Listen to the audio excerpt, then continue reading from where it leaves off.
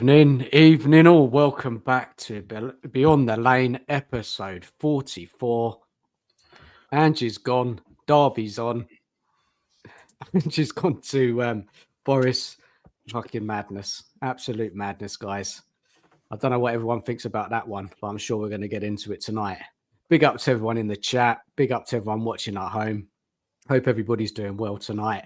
And thank you for being here, unless you're watching that England match. I think it's 0-0 at the moment, but thank you guys for watching. Please get involved with your comments throughout the night. I want to hear from you. So let's welcome in our guest tonight. So we've got a debutant on the show, and we've got a West Ham fan on the show. Mike, how you doing, man? Thank you so much for coming on. How are you? All good. Thanks for having me on. It's good to be on for the first time. But yeah, not exactly looking forward to West Ham playing again. But other than that, I'm all good, man. All good. Cheers, man. Thank you very much. We'll put everyone's channel links in the chat throughout the night. Please subscribe and please smash the like button. Danny, how you doing, man? How are you? Thanks for coming on. No, cheers for having me on, mate. Yeah, same stuff, different day at the moment. Different Spurs, different day, I suppose, where we got where Levy's gone, and take it from there, innit? And yeah, cheers, man. And Cookie, how you doing, man?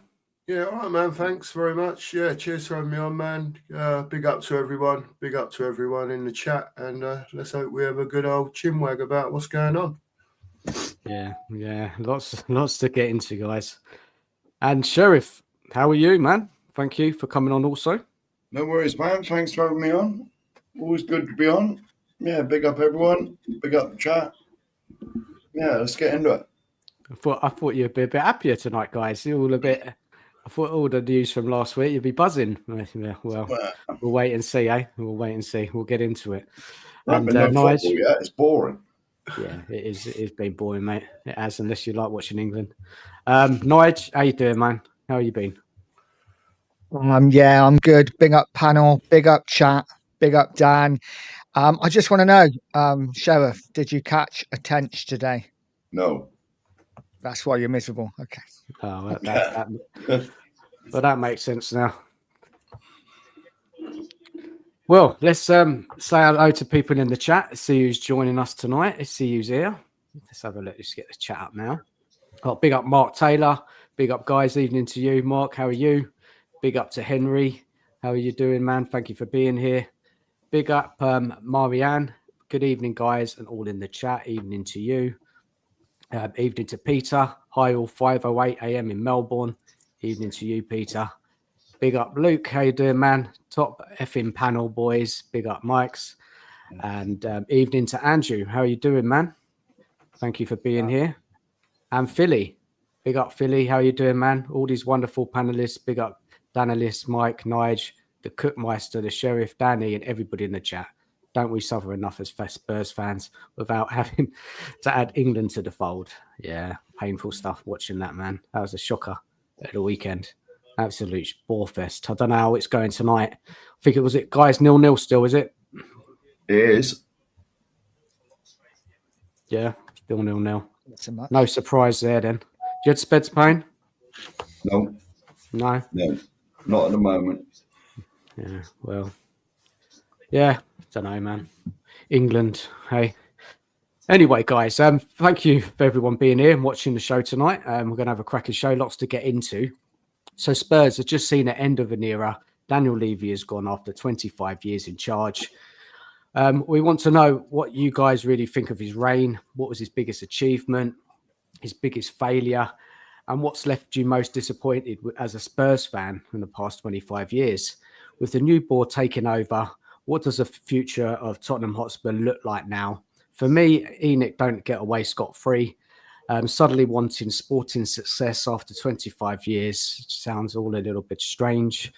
We'll be diving into the London derby, clash with West Ham, whose favourites going into that one, and what we're going to expect from on the pitch on that one after international break. It's always a funny period to play a game, isn't it? And finally, if we have time, we'll see how we get on.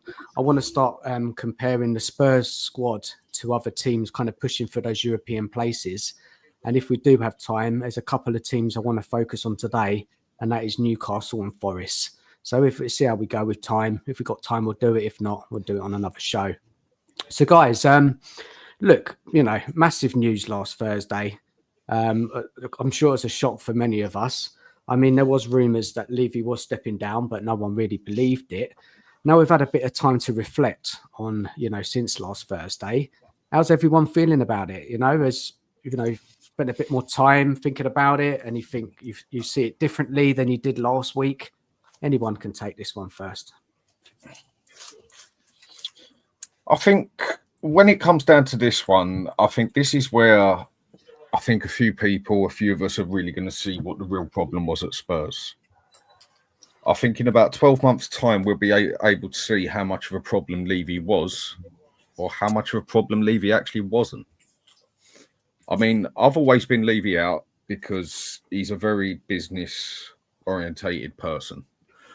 And you could definitely see the focus was always more on the business than it was the football. I mean, it don't take Sherlock to work that one out.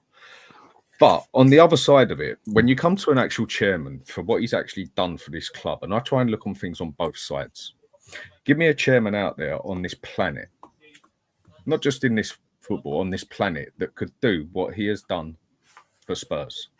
He basically turned this into a mid-table club at its best. Maybe we'd get a European place here and there, and we got a trophy here and there as well. But we've never been one of the big boys for winning leagues or nothing. I mean, we've won the league twice, for God's sake. I think Sheffield Wednesday have won the league as many times as us, yeah? With a stadium that ended up was at the point, yes, there was a lot of emotion behind the stadium and that, but was absolutely falling to pieces as well. He has managed to do in 24 years what I don't see capable of any other doing. And that is turning us into the 8th biggest club, richest club on the planet. We're one of the best stadiums on the planet, one of the best training facilities on the planet, one of the only clubs on the planet that can sustain itself without having to win things or even sell players and still have a little bit of pocket money to spend. Whereas literally even people like Chelsea and others, they need to have an income revenue through selling players or selling youth or winning things and getting in that Champions League regular and whatever. You can't take it away from the man. On the business side, what he has done for us is not far off a miracle. I mean, to get us to the 8th biggest club in the world, basically, and win 2 trophies in the process. So you've got to give the man credit where credit is due at the end of the day, whether you like him, whether you want to blame him for everything, whether you want to put him at fault for everything. When it comes to the football side, he just didn't have it and should have had someone else to do that job for him. At one stage, I think the football bit worked for him, the business side on the football side and that. But then it got to that point where I think it just got to basically football outgrew him. He was out of his depth.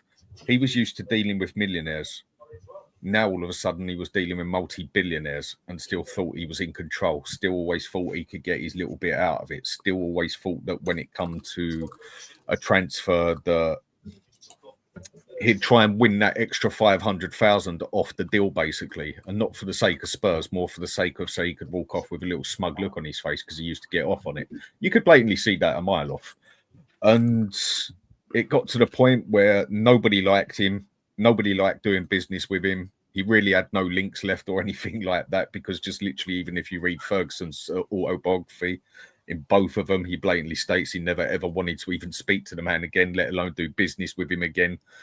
And yeah, on the football side, he just never hardly ever seemed to get it right, apart from the fact that he turned us into a stable football club, in the aspect of more times than not, we'd end up in Europe and everything else. But that was seems to be as far as he ever wanted to take us. He never usually seemed to want to take us that step further. But then the question is with it, people talk about the pyramid effect, everything else, and the DNA, it comes from the top, runs through Spurs and everything else and that, and that's why we're not winners and the wrong people get employed and everything else. Levy weren't the top man. There was still someone else above Levy, and that's Lewis, or the Lewis family, whatever way you want to put it. So I think now in the next 12 months is where you see someone's going to come in and put some money in to the club, or the club's going to get bought over. The fact that they've said they're not for sale, that's just total PR bullshit. Anyone's for sale. Anybody has a price. But I think in 12 months' time, this is where we find out how, like I said, how much of a problem Levy was, or how much of a problem Levy actually wasn't. Only time will tell. The last bit I'll say on it is the reason I reckon he went on the business side of things. I think it's been planned up for about six months to a year, been slowly ticking on through it. I don't think it happened within a matter of like all of a sudden he got the phone call and got told you're going to leave, basically. And I think they might have realised that he's taken Spurs as far as they can on the business side.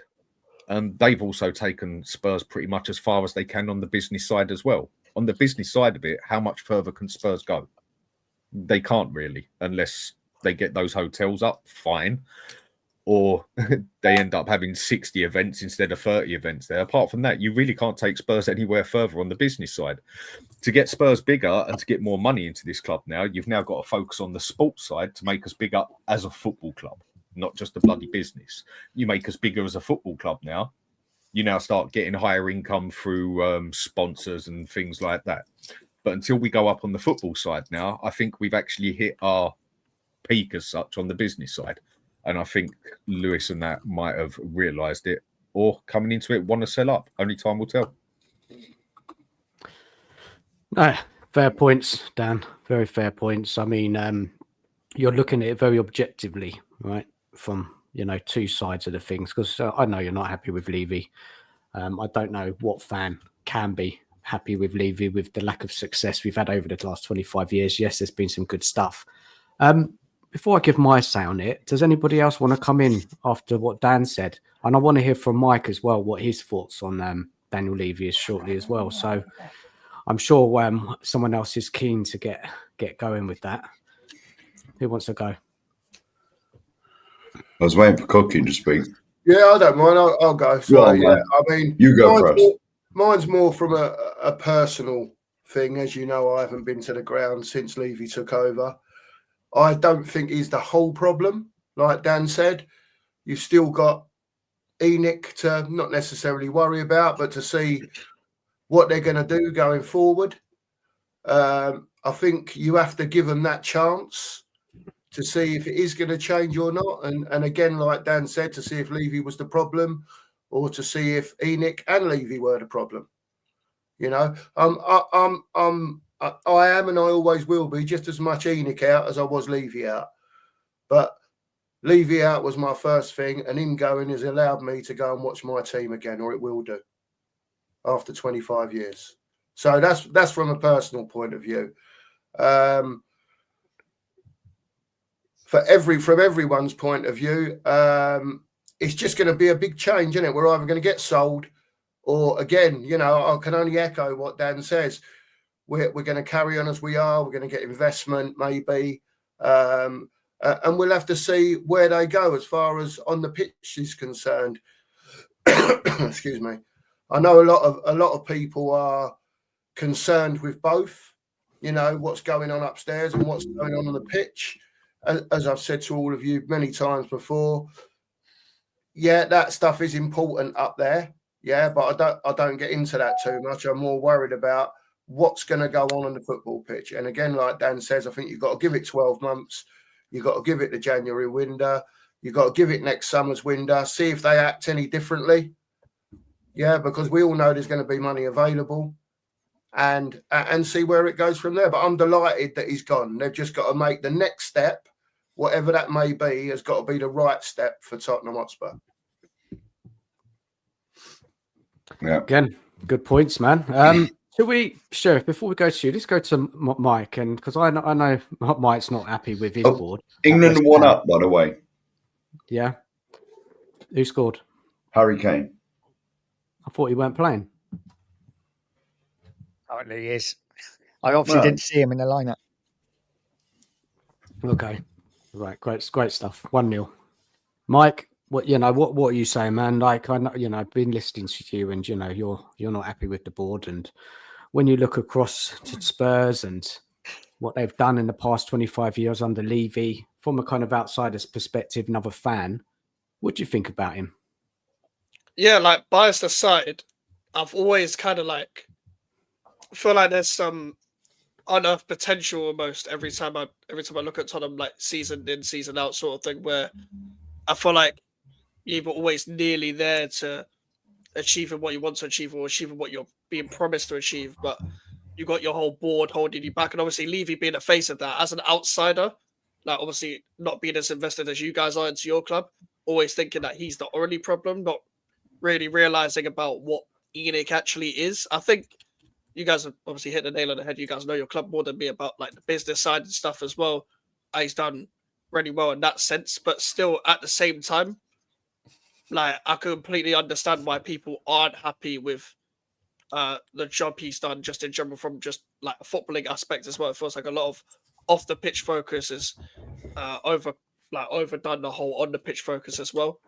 I don't know whether it's going to change anything. I'm not too sure because again, don't really know the whole dynamics between the board like that. But it's going to be interesting to see if anything does change in like the direction you may or may not want to go in terms of the next year or so. I feel like he's done some good, but overall, like I can completely understand why everyone would be happy to see the back of him, for sure. Because like having looking at like my club, for example, it's just like even if one of our board members go, I know that another one's going to take over that no one particularly likes and doesn't particularly know what they're doing either. So I don't know whether it's the same feeling there or not. But it's going to be interesting as like he's not the face of the club anymore. So I'm interested to see whether Tottenham are going to complete like different direction after that, whether it's going to be the same mob because it's still some of the same board members that have the same views or not. But yeah, I can understand why there's positives to look back at that, but I would also understand if there's like angry at other fans pretty much painting the whole picture as like, oh, he did so much good now that he's gone sort of thing, where they were probably complaining about him as well sort of thing. So where do you think Levy's gone wrong then? You know, because 2 trophies in 25 years, 17 years before last season. You know, where's he gone wrong, Mike? Just your observation on it. Why haven't we got over the line on all those occasions when we've been close or semi-finals, finals, a transfer business? What is it in your eyes? I think it's a lack of consistency within the direction, especially in my lifetime watching Tottenham. I think obviously before Levy, you were more successful. Like before, you've got a history. You've won trophies in the past where you've had successful reigns under different eras of managers, etc. I think the problem is with like Daniel Levy, especially from someone who's like in charge of all the footballing decisions, going from the managers you've gone to and the type of squads you've gone to. It's like we don't know what the direction is from an outsider perspective of what Tottenham are trying to do on a consistent basis, like year in, year out, of what the team is looking like on the pitch and stuff like that as well. Because as we've addressed already, like off the pitch, cool, we know what you've transitioned to, and the stadium's really nice. You've got all the businesses running around it, etc. But on the pitch, it feels like a lot of chopping and changing in direction that's fine. I don't actually think there's anything wrong with like sacking managers, etc. As long as the next appointment makes sense alongside that, because it comes to a point where the squad becomes so meshed up that there's so many different profiles of players from previous different managers that don't fit in with each other, and then there's no initiative from the board to go and rebuild that whole thing within the manager's image or within the director's image above, whether to make it look like somewhat cohesive or whatever. So I feel like it's been very difficult in like transitioning from an era where you could become successful to get it over the line. So I personally think it's a case of when Levy has run all the footballing decisions, there's been a lack of consistency with his decision making, and a lot of your transfer strategy, for me, from an outside perspective, comes from like market opportunities rather than wanting a certain type of player for a certain way of playing football or whatever. He's always wanted stability, basically, isn't he? He's like, again, that is what we are, probably one of the, if not the most stable club on the planet, basically, when it comes to the business side of things and how the clubs. If you want to be honest, we're probably one of, again, if not the best run club on the planet. I mean, tell me a club that's actually better run unless you just go on to the football side of it, basically. But we all know these days, football and business, if anything, sadly, I think the business side is bigger than the sports side these days, because it does all come down to the money at the end of the day. That is what it's all about. I mean, if you really want your club to improve and you really want your club to become something, it's not about winning trophies. It's not about winning FA Cups and League Cups. If I'm going to be totally honest, FA Cups and League Cups are totally irrelevant, really. except to a couple of us who are cheer over it. If you actually want your club to become something, what's going to get you further? Finishing Champions League 5 years on the trot, or finishing 10th 5 years on the trot and winning the FA Cup 5 times on the trot? The FA Cup's irrelevant, except it gets you the Europa Cup and a little bit of pocket money. Same as the League Cup, basically. Whereas finishing in the top 4, top 5, getting Champions League consistently, that's where the money comes in. That's where the players start coming in. Players aren't going to come to clubs just because they won an FA Cup. Players want to play in Champions Leagues and things like that. And this is where the business side has destroyed the football side of it, basically. Now, if you've got an owner, or we have owners who want to take us somewhere now, they've got to focus on getting us in the Champions League for the next 3 years on the trot, 4 years on the trot. Whether we win an FA Cup or not in between, yeah, that's all good. I'd love us to, but at the end of the day, if you want to make your club big, FA Cups and League Cups are totally irrelevant to football now. And that is purely because the business side is bigger than the sports side, in my opinion. Not that I like it that way, by the way. I still want to win things, but at the end of the day, what one's going to get you further? Finishing 10th and 5 FA Cups, or finishing 4th for 5 years?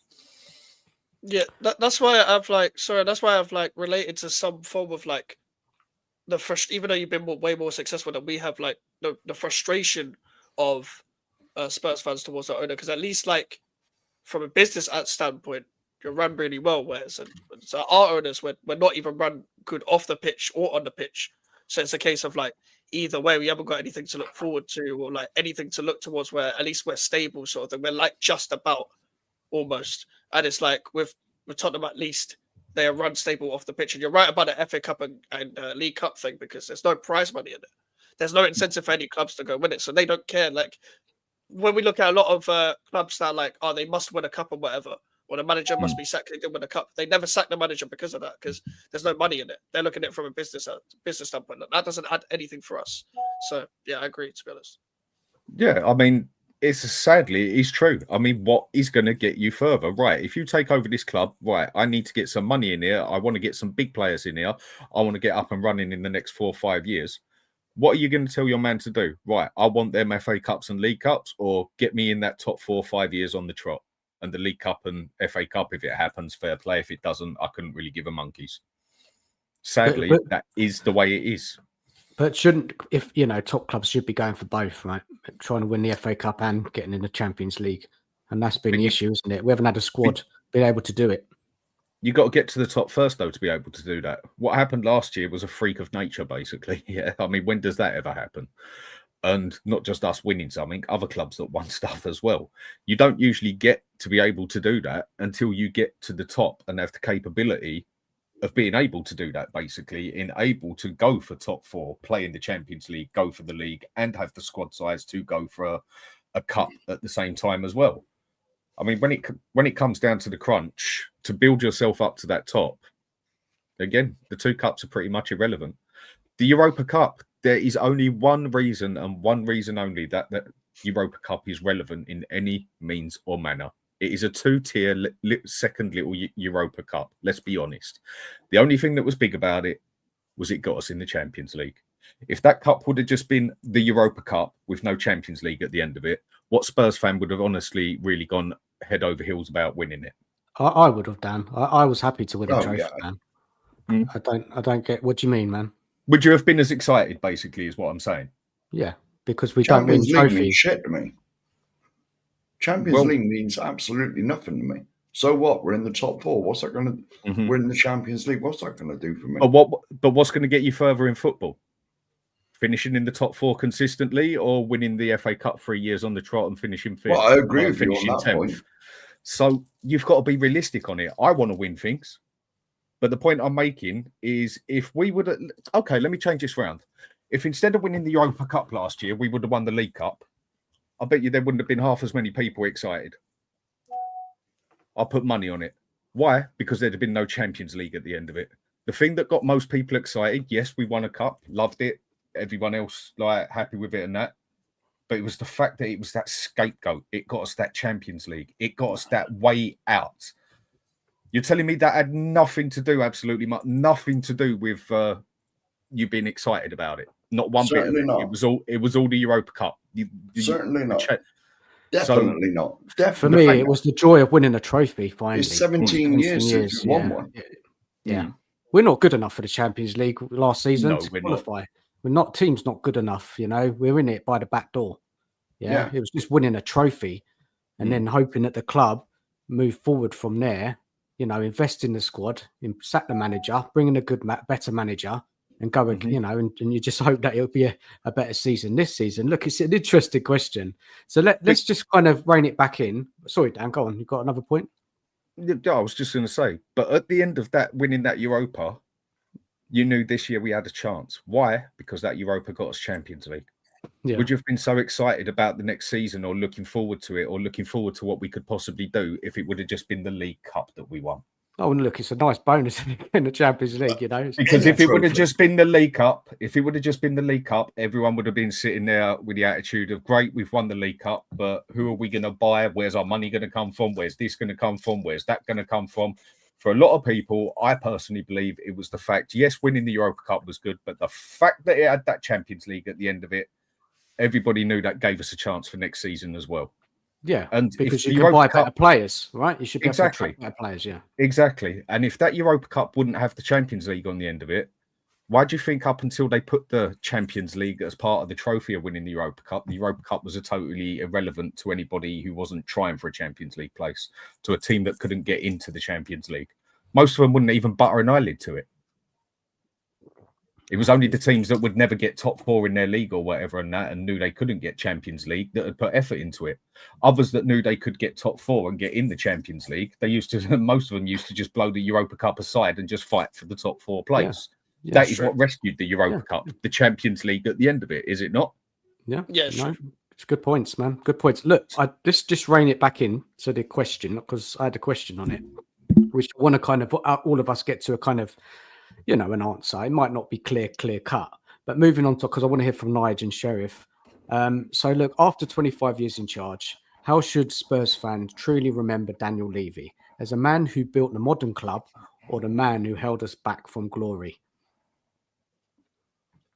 I will never ever forgive the man for what he done to my football club that I've supported for 55 years. Never ever forgive him. Enoch and Levy were summed up the first week they were in charge.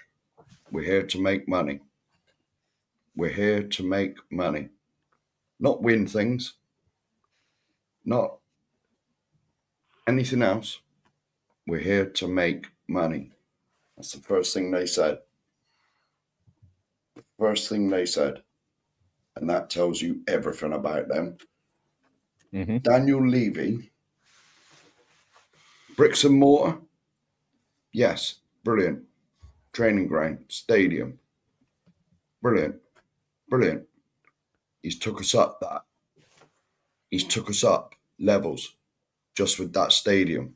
But you notice even that stadium was built with multi-functionality, if that's a word. It was there not just for the football, it was there for the concerts, it was there for the NFL, it was there for the boxing and the rugby and whatever else goes on there, the 30 events per year.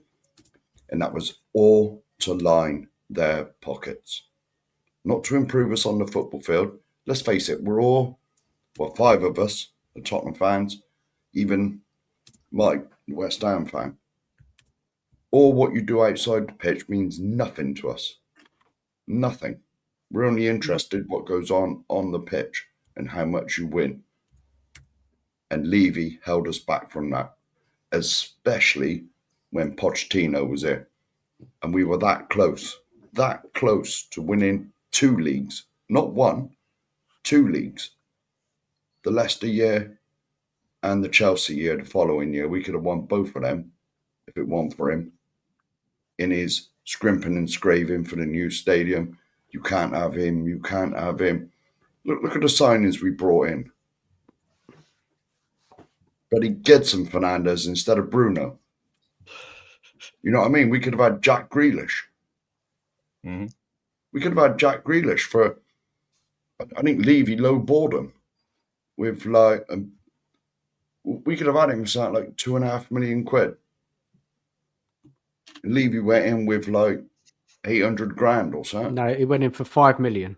I think. No, not the Grealish. beginning. It wasn't. We're talking about Grealish. It's 5 million. Grealish. I know we should have paid what 10, 20 million. We went in for 5 million for him when they dropped down to the Championship. Yeah, I think, guys, am I wrong? It was less than that because the new American owners come in and took over Villa, and the next thing they said, right, it's trebled now. We want 20 million, and we weren't paying that, not a month for Sundays. And then eventually he became what he became and went on for 100 million. You look at you could build a hell of a team out of the players that we could have had. And Levy guffed it up. Sane.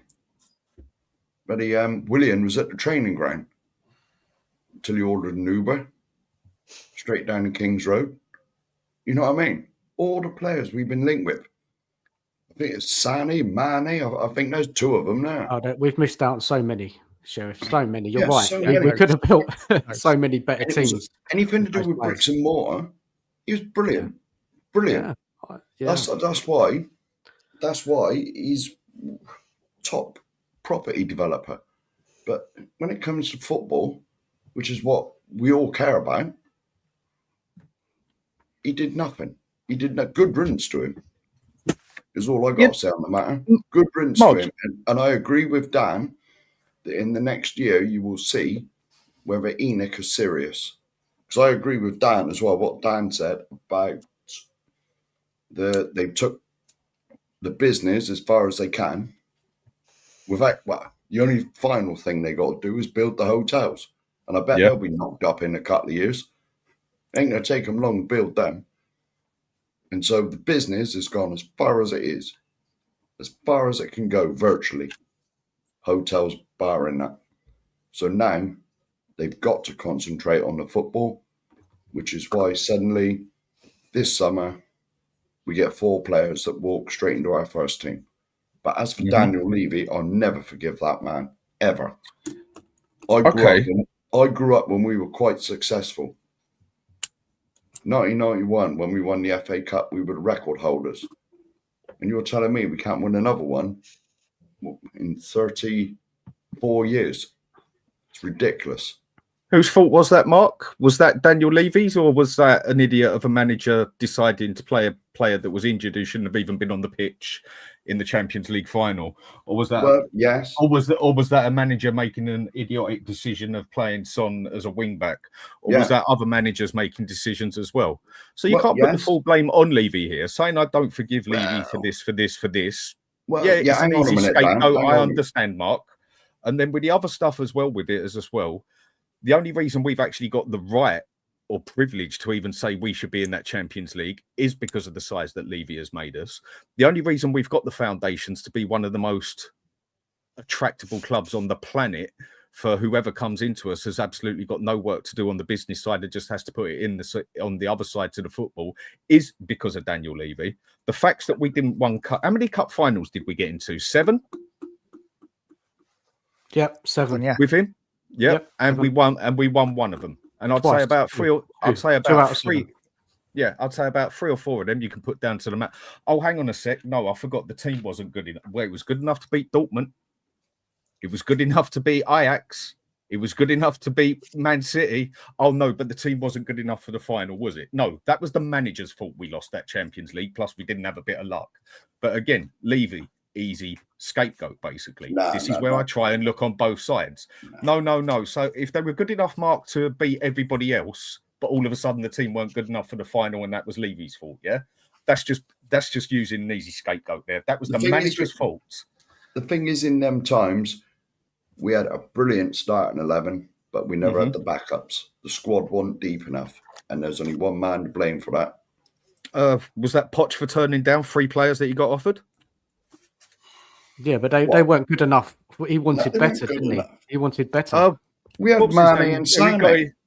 We had Mane and Sane ready to sign.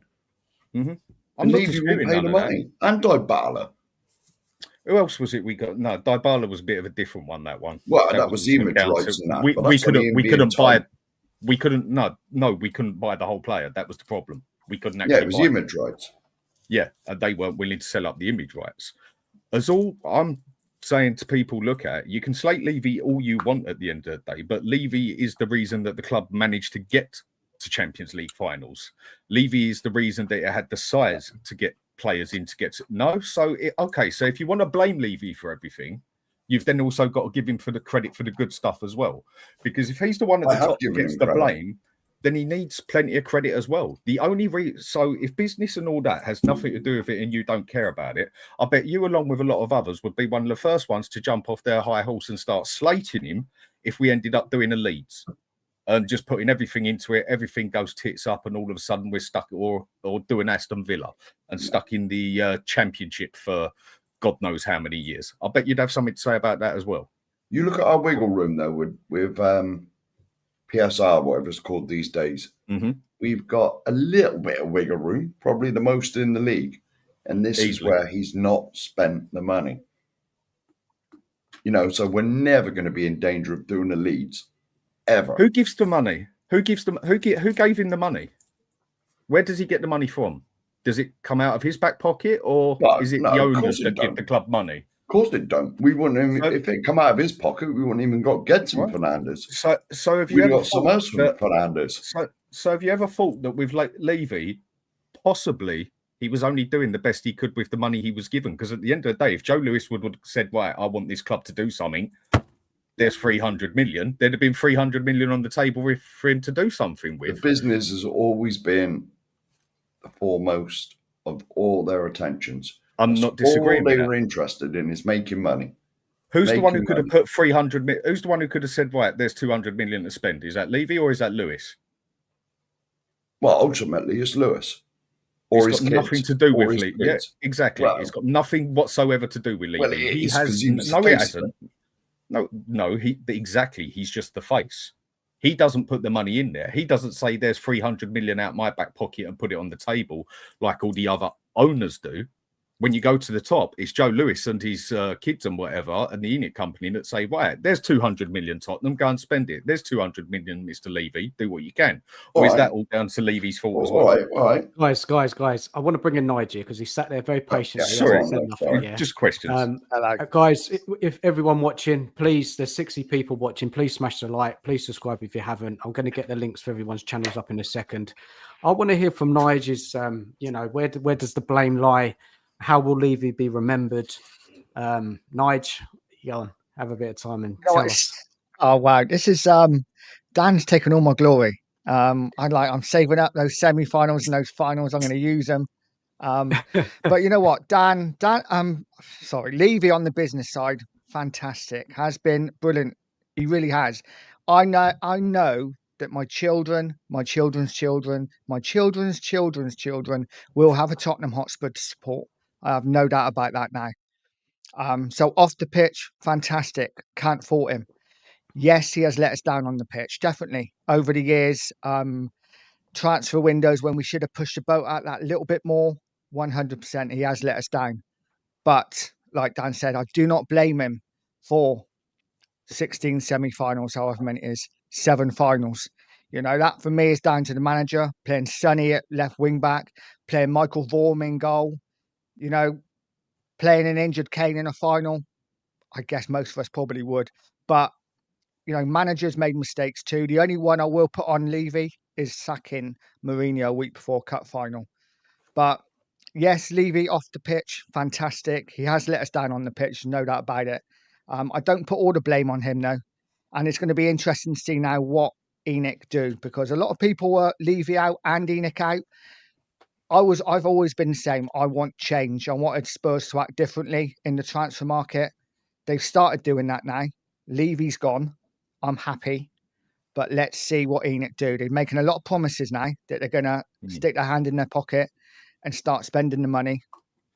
But, you know, let's see them do it. It's a lot like having a girlfriend that says she loves you, and then every weekend she's making excuses not to see you. I want to see actions and not words for me now. Okay. So my turn, hey? I'm waiting for you to all jump in on me, but I will push it back before, because I don't know, Dan, if you're playing devil advocate, or I know it's all about, you know, giving an objective view. Yes, there's some good stuff Levy done, of course. It's there to see. But we didn't get over the line. We didn't have a strong enough squad. That ENIC Levy did not invest enough, back the managers enough in those seasons to get us over the line. When we get to a final, having a player to come off the bench who can make a difference, we never had it. We never had a big enough squad, and it's all to do with the board's backing, Levy, ENIC, whatever. And we failed time and time again. We didn't learn from our mistakes. And for me, I put majority of the blame on Levy and ENIC. I'm not saying they ain't done nothing good. They have done some good stuff over the years, of course. They built a wonderful stadium, training ground. We've bought some good players over the years. But at the end of the day, football's about winning, and we've just not done enough in 25 years. We haven't when it comes to the football. And I'm very frustrated. Many fans have been very frustrated season after season. We've been an embarrassment, for being honest, laughing stock, Spursy, we were called, mentality problem. And it all leads from the top. Yeah, so I put the blame on the top, majority. Yes, okay, managers get to a finals. They have responsibility to get us over the line. I get that. But I'm looking, the overall thing is down to the board, in my opinion. And Dan, what do you think? What is your overall opinion on, and Nige as well, whoever, why we failed? I'll just say one thing. When we had the best squad in the league for them couple of years under Poch, we went 518 days without signing anybody. Very true. That tells you all you need to know about it. And do you know why that was? Because they wanted the money to build the stadium, to line their pockets even more. But I'll give you the reason why we didn't win that league. It wasn't down to injuries. It wasn't down to size of the club. It was down to the fact that Poch screwed it up and we bottled the game against Chelsea. That was not down to Levy. There was only one injury, if I remember right, in that first 11. We had our full team out against Chelsea. We were 2-0 up. We had the league in the palm of our hands and we bottled it. The manager bottled it. Same as chasing down. Didn't we have Champions League that season? At least Leicester had nothing, didn't they? Yeah, Leicester had nothing. We had the league. After with Chelsea. When Chelsea finished 10th that that year that Leicester won it.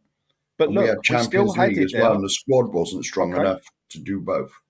But we wasn't covered in injuries or anything like that. We basically had a full team out against Chelsea. We was 2-0 up and we bottled it.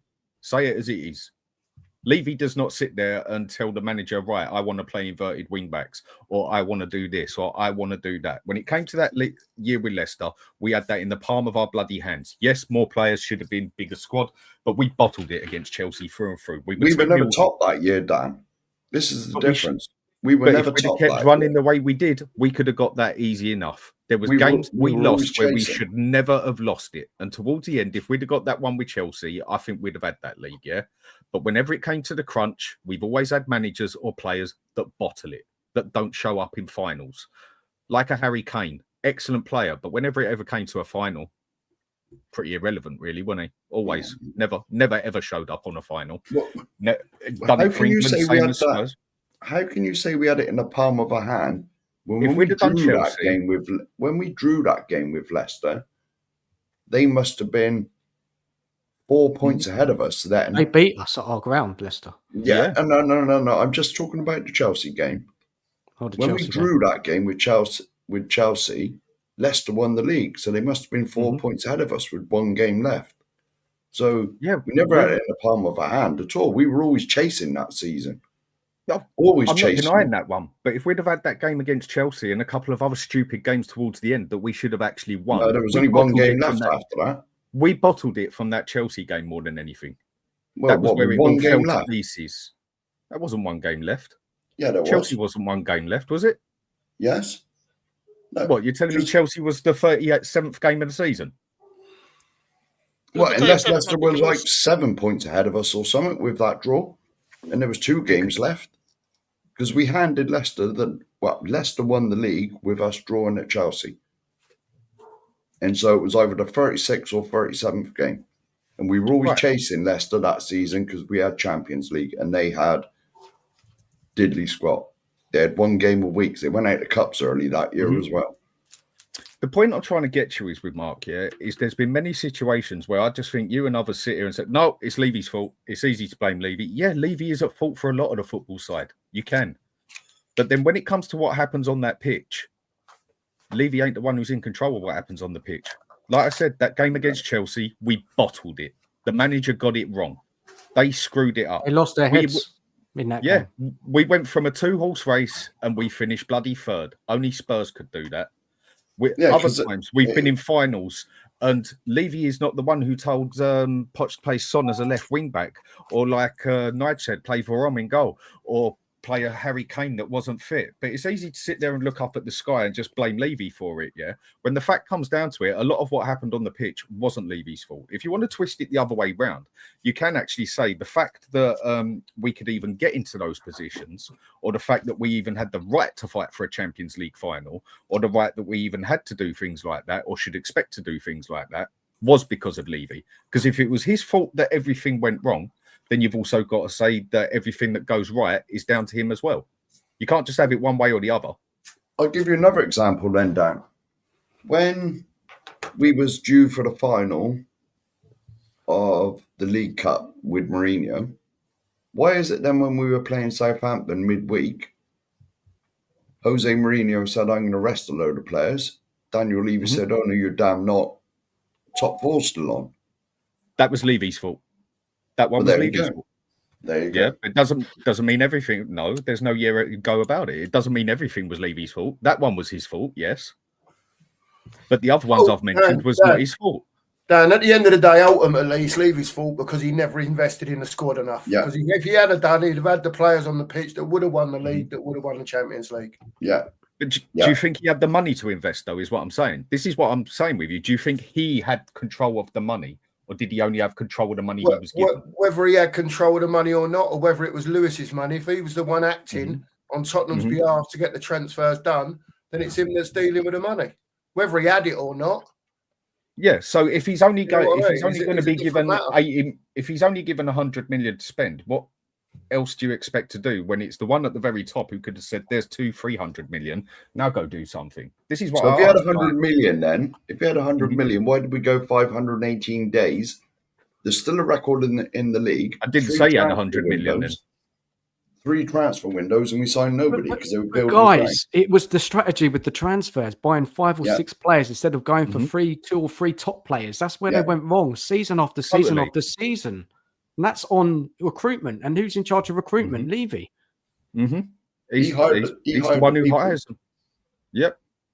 I don't deny none of that. As all I try and get people to do is look on both sides. I think some people just blame him too. No, never. Well, that's just not looking at reality then, Mark. You got to be realistic here, yeah? There is so much that the fella done for the club, and there is a lot that he screwed up for us as well. And I'd just love to see the smile on a few Spurs fans' faces when we go and pump all the money into it and all of a sudden we end up like Leeds for the next 15 years. Oh, who do you blame for that one then? Oh, I don't care about business. Oh, no, let's slam it down on Levy on that side, yeah? Come on, be realistic here, yeah? The only reason we had the right for a Champions League final is because of what Levy helped build at the club. So, guys, let's wrap up this question before we move to the next one. We are never, ever going to end up like Leeds. Let's get that in there. There's too much money coming into the club to do that. Now there's too much money coming into the club because of what Levy has done for the club. Yeah, line his own pockets. Well, obviously, it's not just his own pockets. If the club is lined that much, that it can't happen to Spurs. So it can't just be Levy's pocket then, can it? Right, guys, we could go on all night with this point, right? Yeah. I've let all of you answer this question. Yeah. How should he be truly remembered in your eyes, your opinion, whatever it is? Cookie, I haven't heard from you for a bit. What are you saying, man? I'm still reading the question. Let someone else go first. I'm mentally fatigued at 57. Takes me a bit longer to read the question. I'll let someone else go first, and then I will answer. Do you want me to read it out? I'm reading it. I'm just going to say my part quickly. I think, like I say, great off the pitch, not quite enough on the pitch. I think he's let the club down in so many ways, but also built a great infrastructure for the future for Tottenham Hotspur. Glad that he's gone. Let's see what happens now. I'll leave it at that. Nige, and anybody can answer this as well. When do you think his time was up at Spurs? When, if you could have made a decision to move Levy on, when would you have done that? For me, probably before you answer that, Nige, up until Pochettino, we were slowly progressing, right? under Levy. Yeah, we got to Pochettino, and since 2019, we've kind of been a bit of a mess, haven't we? Yeah, changing managers, bad recruitment. You know, we kind of peaked at Poch. We didn't kick on. Sorry, go on. I honestly think Poch was an accident, and the fact that I think we overachieved with him. I think we're a moving stadium. That was always going to be the case, and I don't think Tottenham expected the team to do as well as they did, you know, and qualify for Champions League and get to finals. I think maybe that's why I think we didn't spend money. I think we were always not going to spend a lot of money while we were building a stadium, but I think because we were so close on the cusp, I think the fans obviously demanded a lot more, which they should. Absolutely right. For me, as soon as Poch went, probably that's when Levy, we should have really started to get rid of him, because since then he's gone from manager to manager, different styles, and it's not worked. He's gone from winners. He's then gone for project managers. And for me, that's when we should have really read the room and maybe started making changes. So, how will he be remembered in your eyes? For the, you know, going back to that question, will he be remembered as a man who built a modern club, or held us back from glory? I think both. I think if you're looking at it, there's no doubt he's put us in a great position for the future, but he has held us back. Certainly over the last 5 or 6 years, in my opinion. As a fan, Nige, are you? Yeah. You know, yeah. What is it? I certainly wouldn't be expecting a statue to be built of him. Like I say, he has taken us to that next level now. We are there. We are ready to win things. All we need now is someone to come in with investment, or Enoch to put their money in the pockets. And there's no reason why we can't. We could go out and spend 500 million. Don't mean we're going to win trophies, because other clubs do it as well. Liverpool have done it this summer pretty much. But I just want to be in that position, in that conversation. And I think now we have a great chance to be there. And as much as I wanted Levy out, part of that is down to him. Okay, fair enough, Nige. Where do you want to go? Who wants to go next, Sheriff? I hope they do build a statue of him. It's something for the pigeons to do their business on. To me, he will always be remembered for holding the club back when we were on the premise of glory. We were on that close, and he wouldn't stick his hand in his pocket. He wouldn't do it. He virtually robbed me of 25 years supporting my club. That when I was growing up, we were very successful. Well, winning cups regularly. That's what you meant. Winning cups regularly. Winning cups more regularly than what we did in the past 25 years. What cups were we winning regularly? Just out of question. The FA Cup 3 times when it was big. When did we win it? What were the years? 81. I'm not very good at years. Yeah. 81, 82, 91. Mm-hmm. And the UEFA Cup in 1984. Mm-hmm. Not too sad. Final before then? Well, bloody hell, I'm not that old. I'm sure you're older than 80s, ain't you?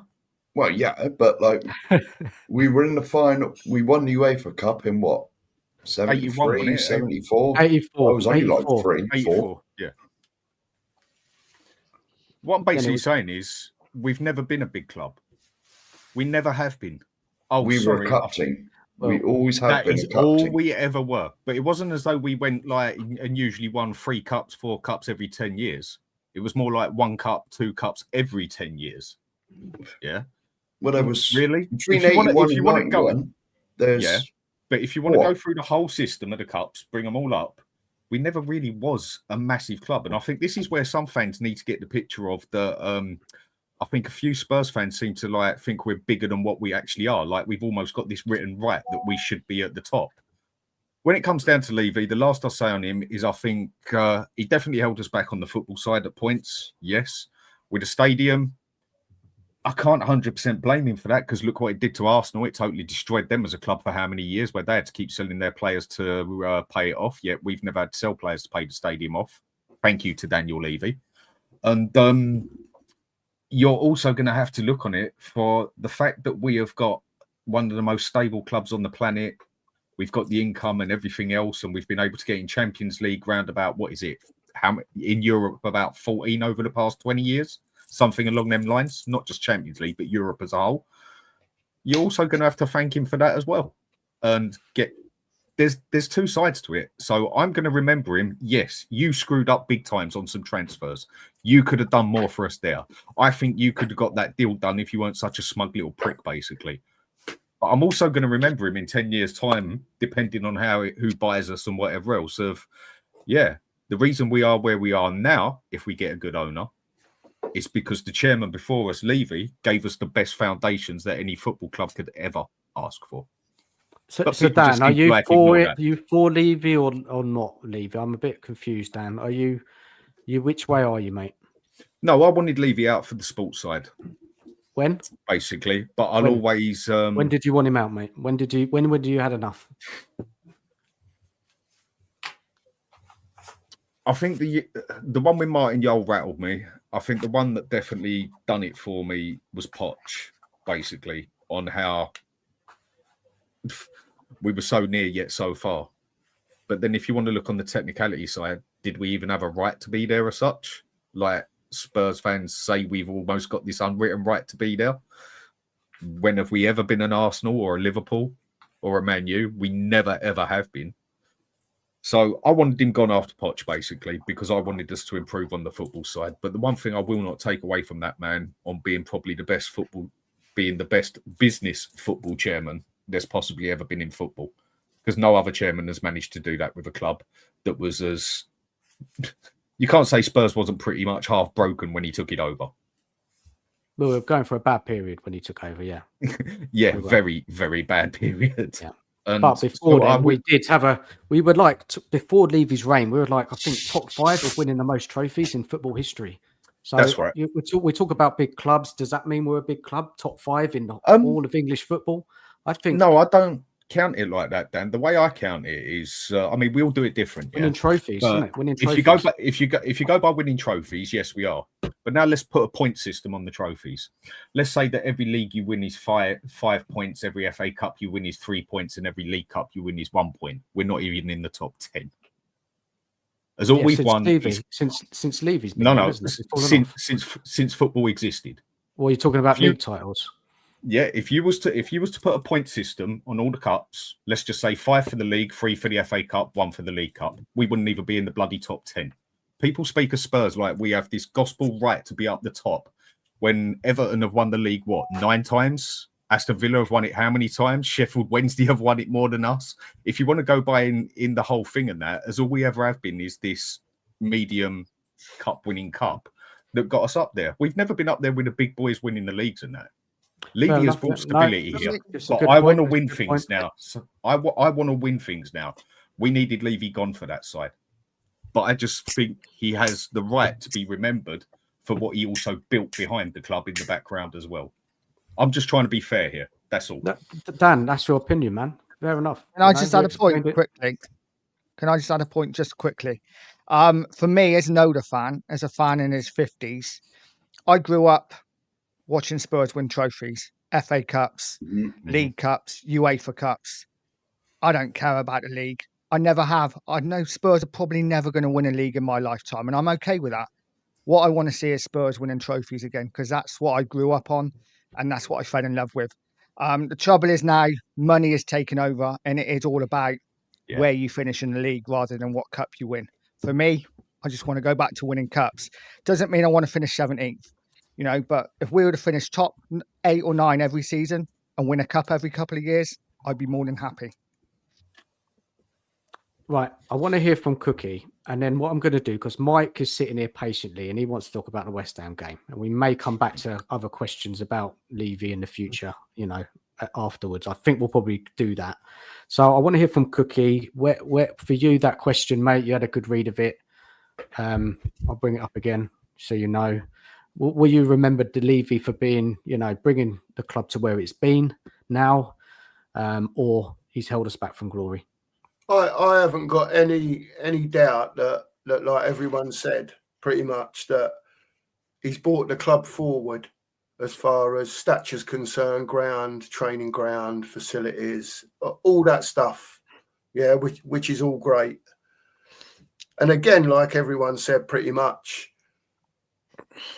we need to kick on there. I think Levy took us as far as he could under the way that he used to, I don't know, whatever his limitations were with money, like Dan says, or whatever the reasons were, he's took us far enough. I think there's been too many times when deals should have been done, yeah, and they weren't done. And a lot of the time people go on about smoke and mirrors and this and that and the other. You know, how many times over the years have we been so close to getting very good footballers into our club and it just don't happen? You know, so personally for me, 2001 when he took over, yeah, because as soon as they said we're here for the money and no one mentioned football, yeah, that's my football club he's talking about. You know, everyone who invests in a football club, I would expect them to want to make money. And ENIC are an investment group, so they're going to be trying to make money. But at least say, but we're going to be doing a bit of this and a bit of that to help on the football pitch. No one ever mentioned the football. And that's what done me from day one. And that's why I've never been since. So ENIC is still to blame for that, right? As far as off the pitch, yeah, I agree with Dan. He's done what he's done to get us to the stature to where we are. But as far as on the pitch is concerned, for me, they haven't done enough. And I think the problem is now, a lot of fans are going to look at, well, hang on a minute, we've just brought in two really good players on loan. Yeah. And we're all right now. We're far from all right. Far from all right. Tottenham have got a long way to go, yeah, to rebuild this squad properly if they want to achieve greater things. And we'll see now. We'll see what ENIC are made of, you know. And again, like everyone says, I think we're all agreed on the same thing. You know, they may well be selling the club later on. They may well do. We'll find out later.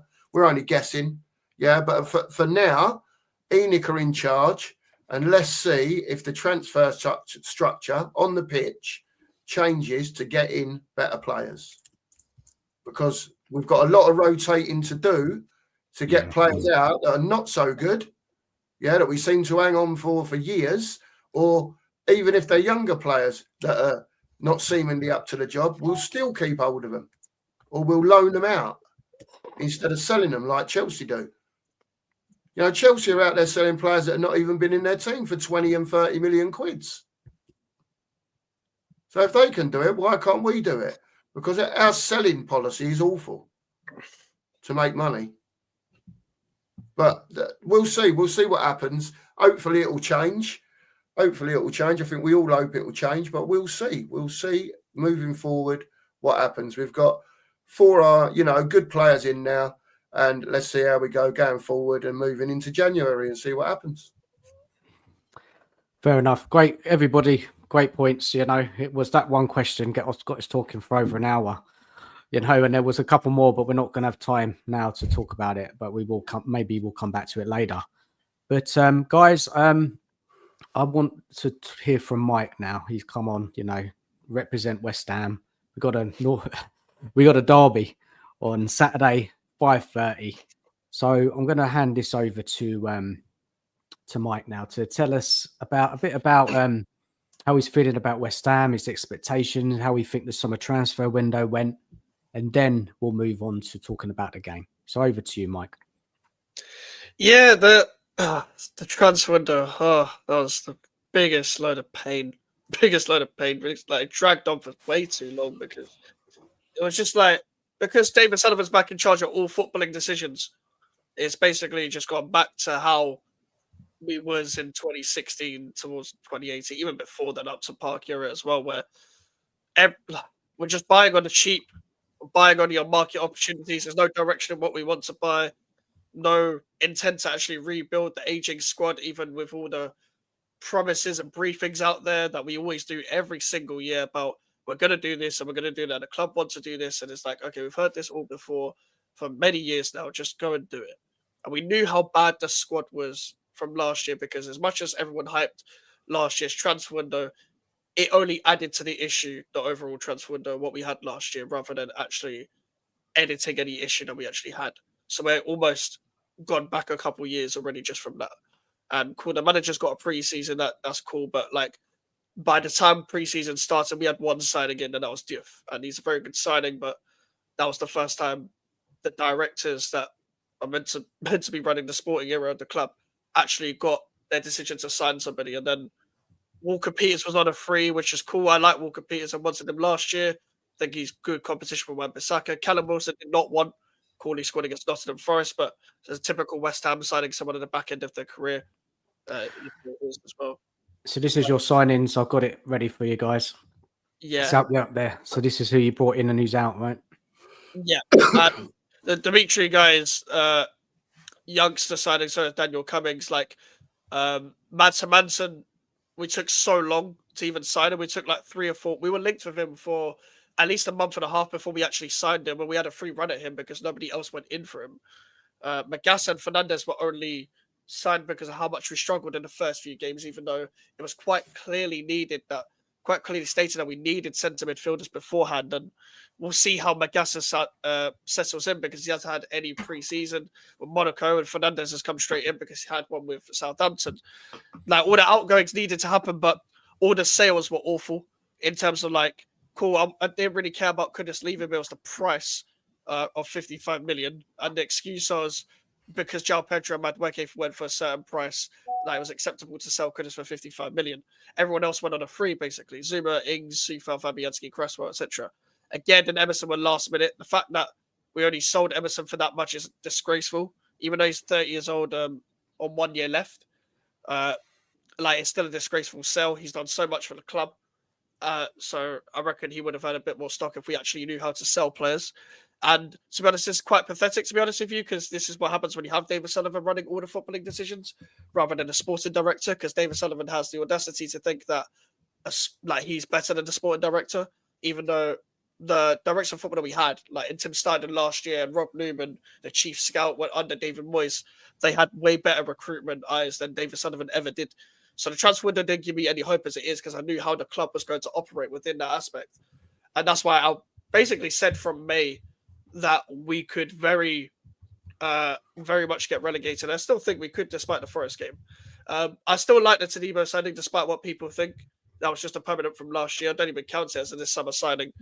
I just think the structure that Potter's built around our defence hasn't been great. When we went to a back four, we actually looked somewhat good against Forest, but that's still us just capitalising on how bad they were at the time. And to be honest, with my expectation for the season, I just wanted to survive this season. I want more, because we moved to the London Stadium. There's not Survive. really any point. Is that all you're saying, Mike? You just want to survive and stay in the league this season? Things are that bad for you, what you think at West Ham right now? Yeah, honestly, genuinely. There's nothing around the club to be excited for. Bloody hell. Like there's no like cohesion there. There's no happiness within the fan base. Well, there never is happiness within the fan base, but it's generally gone to a point where everyone's just loud about it this season. So there's no one that's like, oh, I'm excited to do this for West Ham this season, whatever. Like, we should be trying to target Europe in stadium every single year, because otherwise there's no point of moving to the stadium. Obviously, we don't even own the stadium, so there was no point moving out of our home in the first place. To be completely honest with you, but honestly, like there's been nothing to look forward to when it comes to West Ham, and for a while, to be honest, even like since the trophy win. What we fail to do every single time when we actually have something going on at this club is to capitalize on what we're meant to be good at, or what we have going on. Like after the Rice signing, you should be able to flip that money into good recruitment and keep the same level of the team up. But instead, we spent it on Mohamed Kudus, but also Mavropanos, Ward-Prowse, and Alvarez. Terrible recruitment. Again, there's no direction in that recruitment. All of those signings were done in August. So there's no preparation. There was no new signing within the summer of like July and June or whatever. No time to bed these people into the so-called style of play that we have. Every single manager that we hire anyway, whether it's counter-attacking style, possession-based style, we don't do it correctly anyway. A lot of our fans care about style of football, just an aesthetic point of view as a bare minimum. I just want whatever style of football you have to make it work. To be completely honest with you, I don't really care what style of football it is. I just get really annoyed where the managers are so fixated on a certain style of play year in, year out, or week in, week out, and they have refused to at least make a couple changes about it, change the formation, change the maybe structure off the ball, whatever. There's been so many times where I'm just watching us become stubborn in our ways almost, and mainly that's what I'm looking at when it comes to West Ham. Is how stubborn we are on the pitch and how stubborn we are off the pitch, and all that just conglomerates into us just underachieving. And cool, well, we are just West Ham or whatever. So I get what people mean by like, well, you're West Ham, what do you expect and all that. No one expected anything before moving stadium. That's the point. That's the point. None of us would be complaining like this if it was just at Upton Park. We'd probably just accept what we've always been, call a team that stays up for the most part, that has a very odd disaster season every like decade or whatever. Because that's been our history for a very long time. For as long as even when we were good, when we won a couple of FA Cups back in the day, only won 3, but when we did back in the day or whatever, we were still getting relegated then.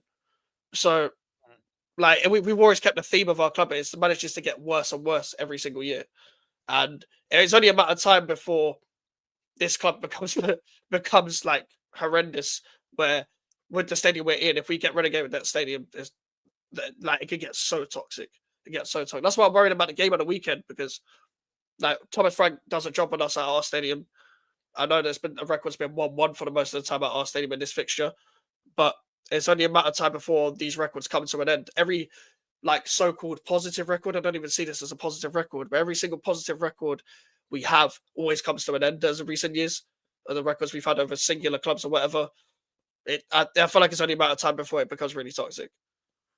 What do you think about Potter? Do you like him or?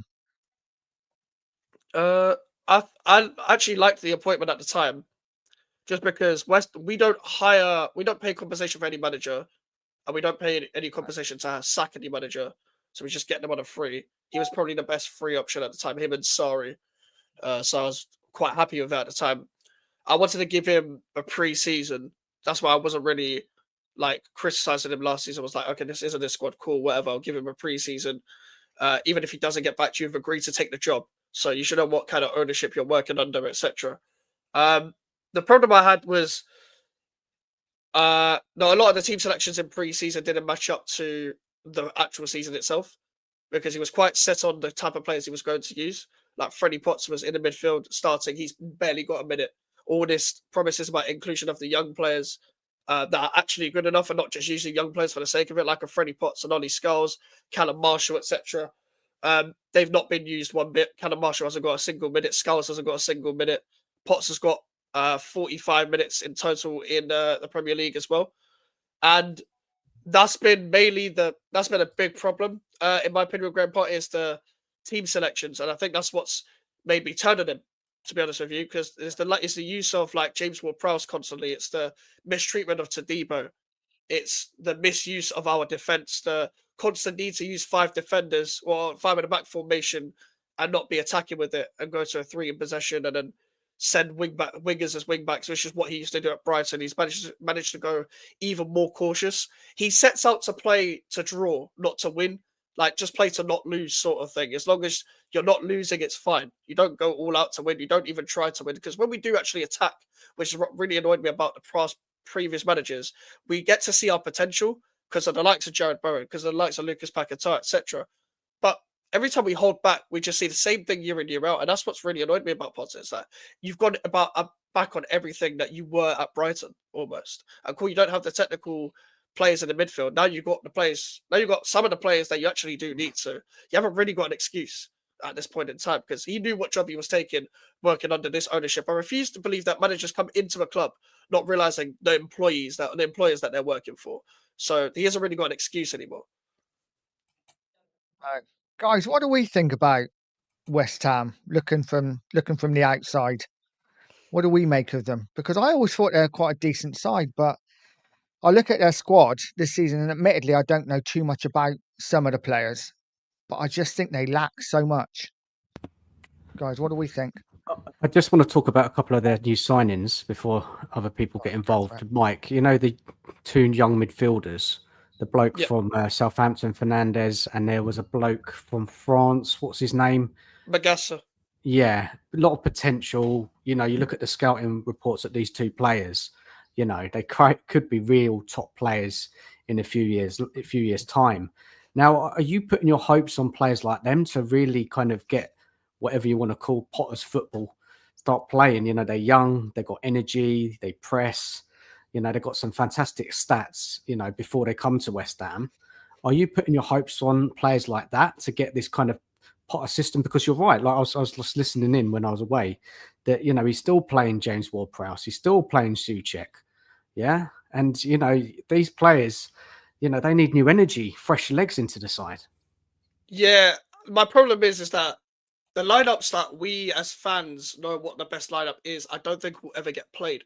I don't think he's ever going to play Paquetá and Fernandes in the same midfield, and he would just shove them on one of them on the left, like he did against Forest, to accommodate an extra midfielder and to be like restricted within his play and stuff. The problem is Magassa has barely had any match sharpness, so I don't know whether he's going to come in anytime soon into the team, which worries me because he's only like proper good number 6 alongside Freddie Potts. He still had players there to play, like Freddie Potts, like an Irving, etc., and he never played them. So now with new signings, we have no choice but to hope that they can become good. Like I don't expect Magassa to become good straight away if he does. Do you like him, Mike? Do you like these two signings? From what I've heard of Magassa, he, like from people that watch Liga, I've heard good things. I haven't really watched him myself, but Fernandes I really like because I watched him at Southampton. He was one of their best players last season. Gives you energy, gives you pressing, also gives you creativity, gives you an intent to attack as well. I do like these signings, but at the same time, I just don't think we're going to get the lineup we want, where Paquetá and Fernandes are in the same midfield, Magassa's just in behind, so we can actually keep the ball a lot better. Somerville starting on the left.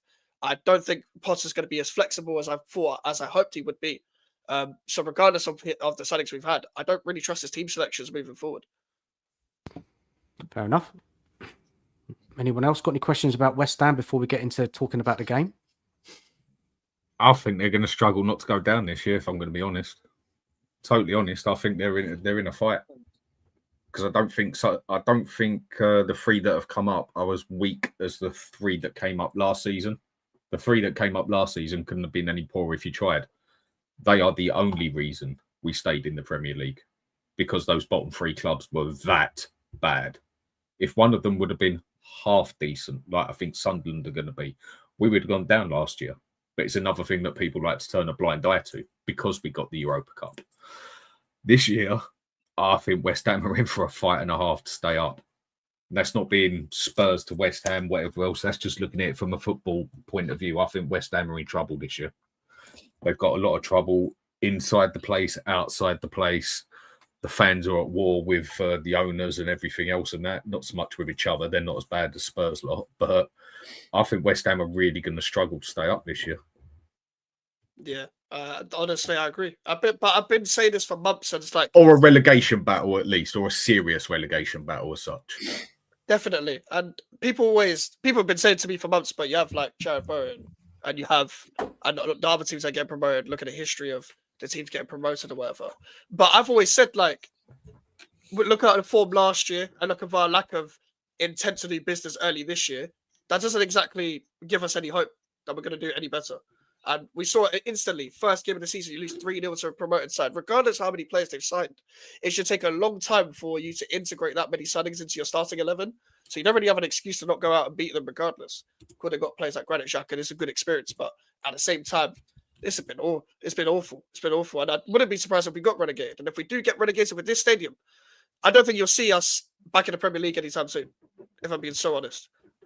I mean, is it true? Is it true that West Ham only rent that ground? Yeah. Yes. It's not their stadium. That's what we were going to do. Instead of buying, instead of building our own stadium, we was actually trying to trying to buy or rent the place that West Ham are at. That is it's the local council that own Olympic Stadium. Is that right? Yeah, that's right. Council. Yeah. That's why West Ham is a little council estate team, isn't it? That's why people call them that, because they rent their stadium off the council. That's why people say that. It's true. It's true. It's like a 99-year rent or something. Something like that, isn't it? Yeah. Yeah. I look at their signings, right, coming in, right, and I mean, Callum Wilson, right? Yeah, experienced Premier League player, can't stay fit, you know. I mean, it's not very inspiring, is it? Really, for a West Ham fan. I mean, I do like those couple of young players, but you need to be doing. I don't know who makes the decisions with the transfer. Sullivan, is it? Sullivan, yeah. Or Sullivan Brady? makes the decision. What Sullivan about does. not Brady? No. No, Brady does all the nonsense briefings and talks to the media too much and basically represents the club like an idiot. I just think that, you know, that just looking at that, Walker Peters, you know, okay, steady player, can play left back, right back. But, you know, you lost quite a few players there, haven't you? Some experience as well. Kufal, Cresswell, Zuma. You lost out, but you just haven't really replaced them with kind of ready-made players. And I think, look, you said, Dan, you think there could be in a relegation battle. I mean, if Potter doesn't get his system working quickly, they could get dragged into one. And they need to start playing those young players instead of the likes of James Ward-Prowse. You've got to just throw them in there and see how they get on. You've got good players, West Ham. Paquetá, I like. Bowen, good player. Yeah, we'd have him at Spurs. Top player, I think. But I think some defenders are okay. Your defence. What do you think of your defence, Mike? I think some defenders are okay. I think Tadibo is actually a good player when you played him with the right system. And I think he's been done dirty by the manager. I think he's been mistreated a bit. Diouf and Wan-Bissaka, I like Walker Peters' depth. Ollie Scar's a good depth.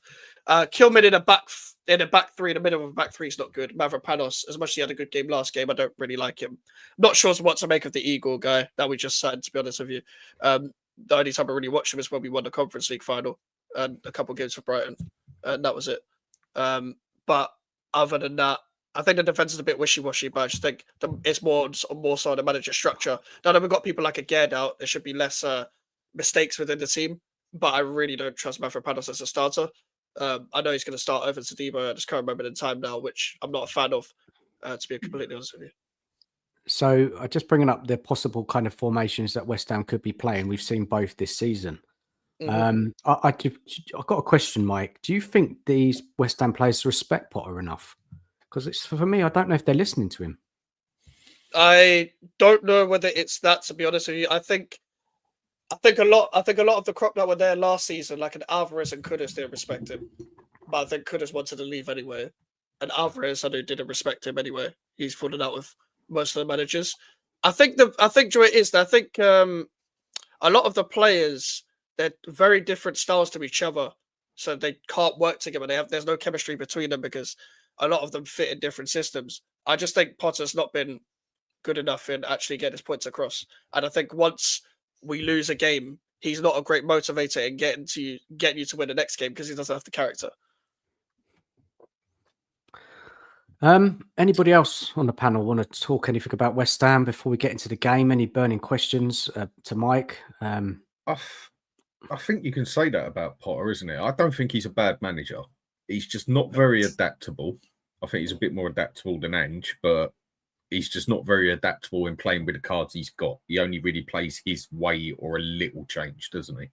Yeah. And the other thing is, like you say, charisma-wise, like character-wise, I mean, yeah, he's that sort of mate that you're standing there at the bar buying a pint, chatting to someone. He comes up and stands next to you for 10 minutes and you don't even know he's there, basically, innit?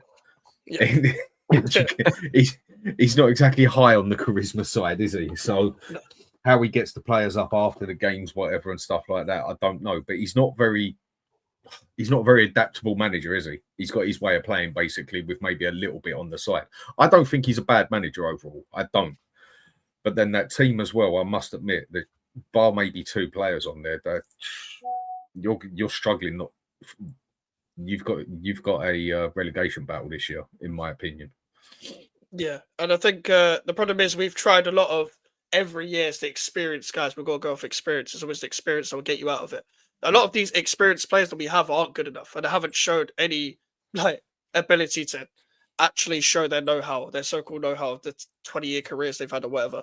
Like these more Prowses or whatever, the Sucheks or whatever. Like you turn up in moments, not games in, games out, which is why the reluctance to try the youth is very annoying as this experienced way all the time. We've got a lot of experienced players. You can still have experienced players on the pitch. You can still have Paquetá, Bowen, Wan-Bissaka, Tadibo, Hermansen, whoever.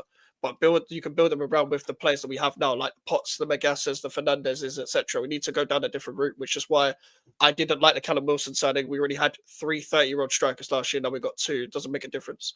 Like, it doesn't make a difference. Like, we had a young striker on the bench with Callum Marshall. He's not going to get game time now. You could have bought a young striker if you really wanted to, but Potter refused to have a striker. And because of the relationship of Callum Wilson's agent that it has with David Sullivan, we signed Callum Wilson. The only reason why Callum Wilson signed for West Ham is because his agent is Will Salthouse, and David Sullivan loves that agent.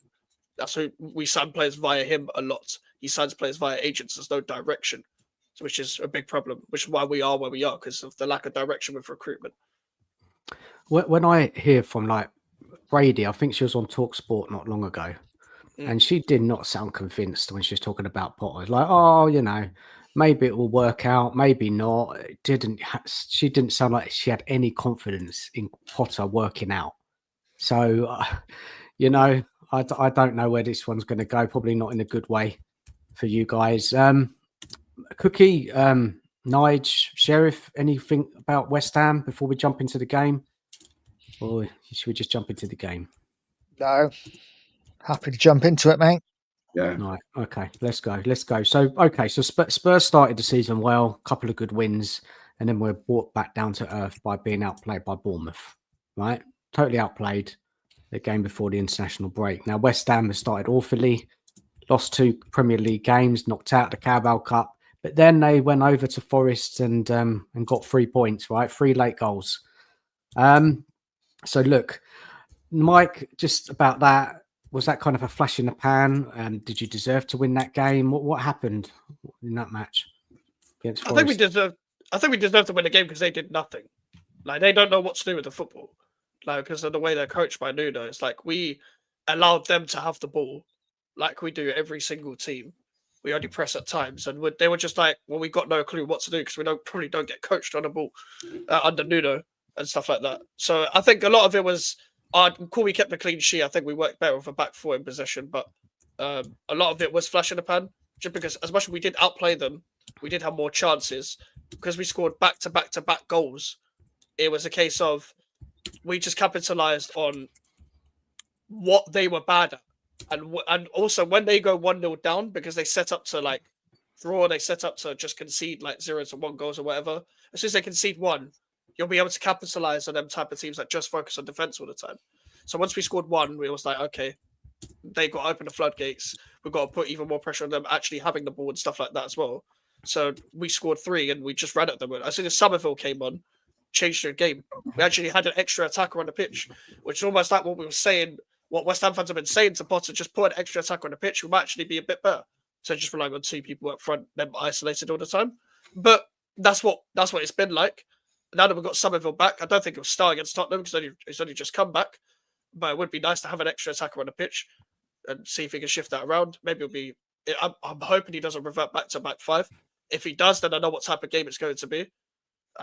If it's Fernandez, Paquetá, Bowen, and whoever's up front, I don't really mind. I guess it's Callum Wilson now because Fulkirk's injured. Then I don't mind. I don't mind that front 4 because we ain't got much of a choice at that point. But I think it is a flash in the pan. I think we're still going to struggle. I'm still not looking forward to this game despite winning. And we don't. And I know everyone does like a bit rusty after an international break. We for somehow make an excuse to not do well after an international break every single time in the first game. Seems to be quite of a trend at West Ham. Every single time we face someone after the international break, we seem to like we're the other way around. Excuse. Well, I know what type of game it's going to be on Saturday then. Guys, before we jump into it, please, everybody watching, smash the like button, subscribe to Nige, Pure Coys, to 2 Marks, Danny and Mike. It's much appreciated. I'm going to bring up their links now. If you could smash the like, much appreciated. Subscribe to me if you haven't as well. So guys, like this game, right? It's a derby. I mean, after hearing from Mike and people on the panel, West Ham are not particularly scary, are they, at the moment? Yes, they've got some good players. So look, I don't know. Anybody can take this first. How do you think this game is going to go? What's the kind of look? Let's look at it from a West Ham perspective first. Mike, how are West Ham going to approach this one? And then we'll go in the back Spurs side. I think what we'll do, we'll probably start off by pressing you lot, and then once Tottenham actually get the ball and start controlling it, we'll revert back to just sitting back and not know what we're doing on the pitch and then concede, most likely. So that seems what happens every single time. What we usually do under Potter, especially at home, we start off well, we start pressing, have a couple shots in like the first 10 minutes or whatever, and then you will never see us test the keeper again, which seems to be the trend. Happened against Chelsea, happened at pretty much every single home game last season, especially under Potter. Test the keeper first couple of times, then you don't see us again. Then we struggle to actually press any sort of chances on the opposition. So I think we'll start off trying to press you, and then after that we'll just revert back to just sitting back and looking hopeless. Does Potter try and play a possession game, or is it direct? Yeah. What's his style of play been normally week to week? So it's try and play football, and then realize he doesn't have the players to play football. End up going direct, losing the ball, and conceding. That usually how it goes. So you don't think you don't have much hope for your team, basically? Not a million years. You're saying what, Spurs are favourites for this one? Definitely. I don't think you losing to Bournemouth and us beating Forest makes a difference. Bournemouth are a good team. You never know what Bournemouth's going to turn up, and with Forest, like you never know what Forest is going to turn up. So I think we just capitalised on like their misfortune and the fact that it wasn't all like good going there. Not everyone was on the same page. So I just think West Ham, Tottenham. I know we're at home, and I know you haven't won at our ground since Mourinho or whatever. But I don't think honestly, I don't think those records make a difference with us anymore. You're on the floor, man, with your team. Yeah. Completely on the floor. Yep. Okay. Right. So let's talk about Spurs, how they're going to approach this. Anybody want to go first on this? You know, how is Frank going to set up for this one? We've seen how we set up against City. We saw what we did against Burnley, and then we saw what we didn't do against Bournemouth, which was a dreadful performance. Dan, what do you reckon on this one, mate? Or if you want to go first? It's one of them games, isn't it, where West Ham seems always, I'd say 8 times out of 10 turn up. It's like their little cup final, basically, in that aspect, because they really don't like us. And if anyone can still screw this up, Spurs have still got the capability of screwing anything up. I mean, Thomas Frank, for me, in that last game, proved he's still got a lot to learn. Because, personal opinion, I think he was a big part of the reason we lost that game. I don't think he read it very well at all. And yeah, the players were terrible as well. If we turn up and he doesn't change anything until the 75th minute, and hopefully he's got a couple of extra players now on the subs bench that could change things, or to put in the first team that could change things, and he reads the game properly. If you go player for player, that is in our favour. But that last game definitely showed us we got more than that capability of going there and doing a Spursy, because that's exactly what we did. So I think it's a game we have to take carefully. Have to take every game serious, obviously. But it is also that London derby as well, isn't it? Or one of. So I think we didn't have a good record, Dan, last season, everyone. We were terrible in the London derbies. No. Under Ange. You beat us, though. Yeah. Yeah, but there's still been other times. It's still player for player. If you go on that way, we should be winning that game. Yeah. But with what I saw last week, it wouldn't surprise me with a draw, even if we lost it at the moment. Like I said, I still think Frank's got a bit to learn with the team. And the team also still got a bit to learn with themselves as such. That last game, yeah, it shows you that there is more than enough capability of us screwing it up well, but we should win that game 2-0. So what's he going to do, Frank? Is he going to sit back? Is he going to attack? Is he going to play a 3 at the back? How's he going to play this one? Because I just don't know with Frank, because he's changed up most games, hasn't he? You see, with playing West Ham, I think there's really one real player you got to watch at, and that's their right winger. What's his name? Plowing, is it? Yeah. Yeah, Plowing, yeah. I think that's the one you got to do, and he's got to mate, and Frank has now got to do, not make the same mistake he did in the last game, and that's leave their best player wide open against our worst player, basically, which he did. That's Semenyo, however you pronounce his bloody name. He absolutely schooled Porro in every which way. This is why I keep telling people Porro is not a defender. He's a crap defender. He's a wing back. He is not a fullback. They focused on that straight away. They doubled up on Kudus, took us straight out of the game completely. And Frank didn't read that for 70 minutes. That one's on Frank's head as far as I'm concerned there, because he let that happen. Now, on the other side, we got Spence there. Spence can tackle, Spence can mark, but I still think we'll need to double up on Bowen, take him out of the game, and I think you basically take West Ham out of the game. So whatever way he wants to do that, whether he does that with 5 at the back, 3 at the back, whatever you want to call it, or he plays it in a 4-3-3 or whatever way he wants to do it. Personally, I think we got to double up on Bowen, take him out of the game, and the rest of it should be there for the taking. But you got to take him out of the game. Paqueta, not worried about Paqueta. He's been in a bit of form lately. I'd say Bowen's the real threat. I'd say he's the biggest threat they got. Personal opinion. But not, what about you don't rate Paqueta, Dan? Do you think he's a good player? Yeah, he's all right. But I think Bowen is the main one that I'm doubling up on to take him out of the game.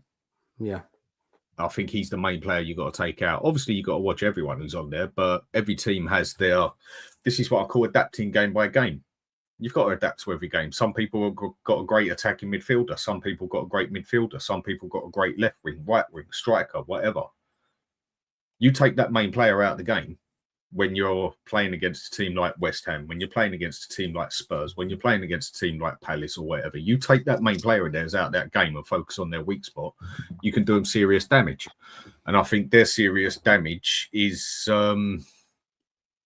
taking Bowen out of the game. Well, they got Somerville as well. If he plays him as well on the left, he's got some pace. Yeah, there's another danger. Pace is always going to be a problem. There's going to be problems everywhere, but my main focus would be focus on Bowen, get him out of the game, and I think you pretty much take West Ham a majority out of the game. As soon as you take, I mean, look what happened with us. They took Kudus out. They took us out of the game. They focused on Porro, who can't defend, come love nor money. Why do you think none of the balls went down the other side towards Spence, or hardly any? And they focused on Porro the whole time because he is an absolutely god-awful defender.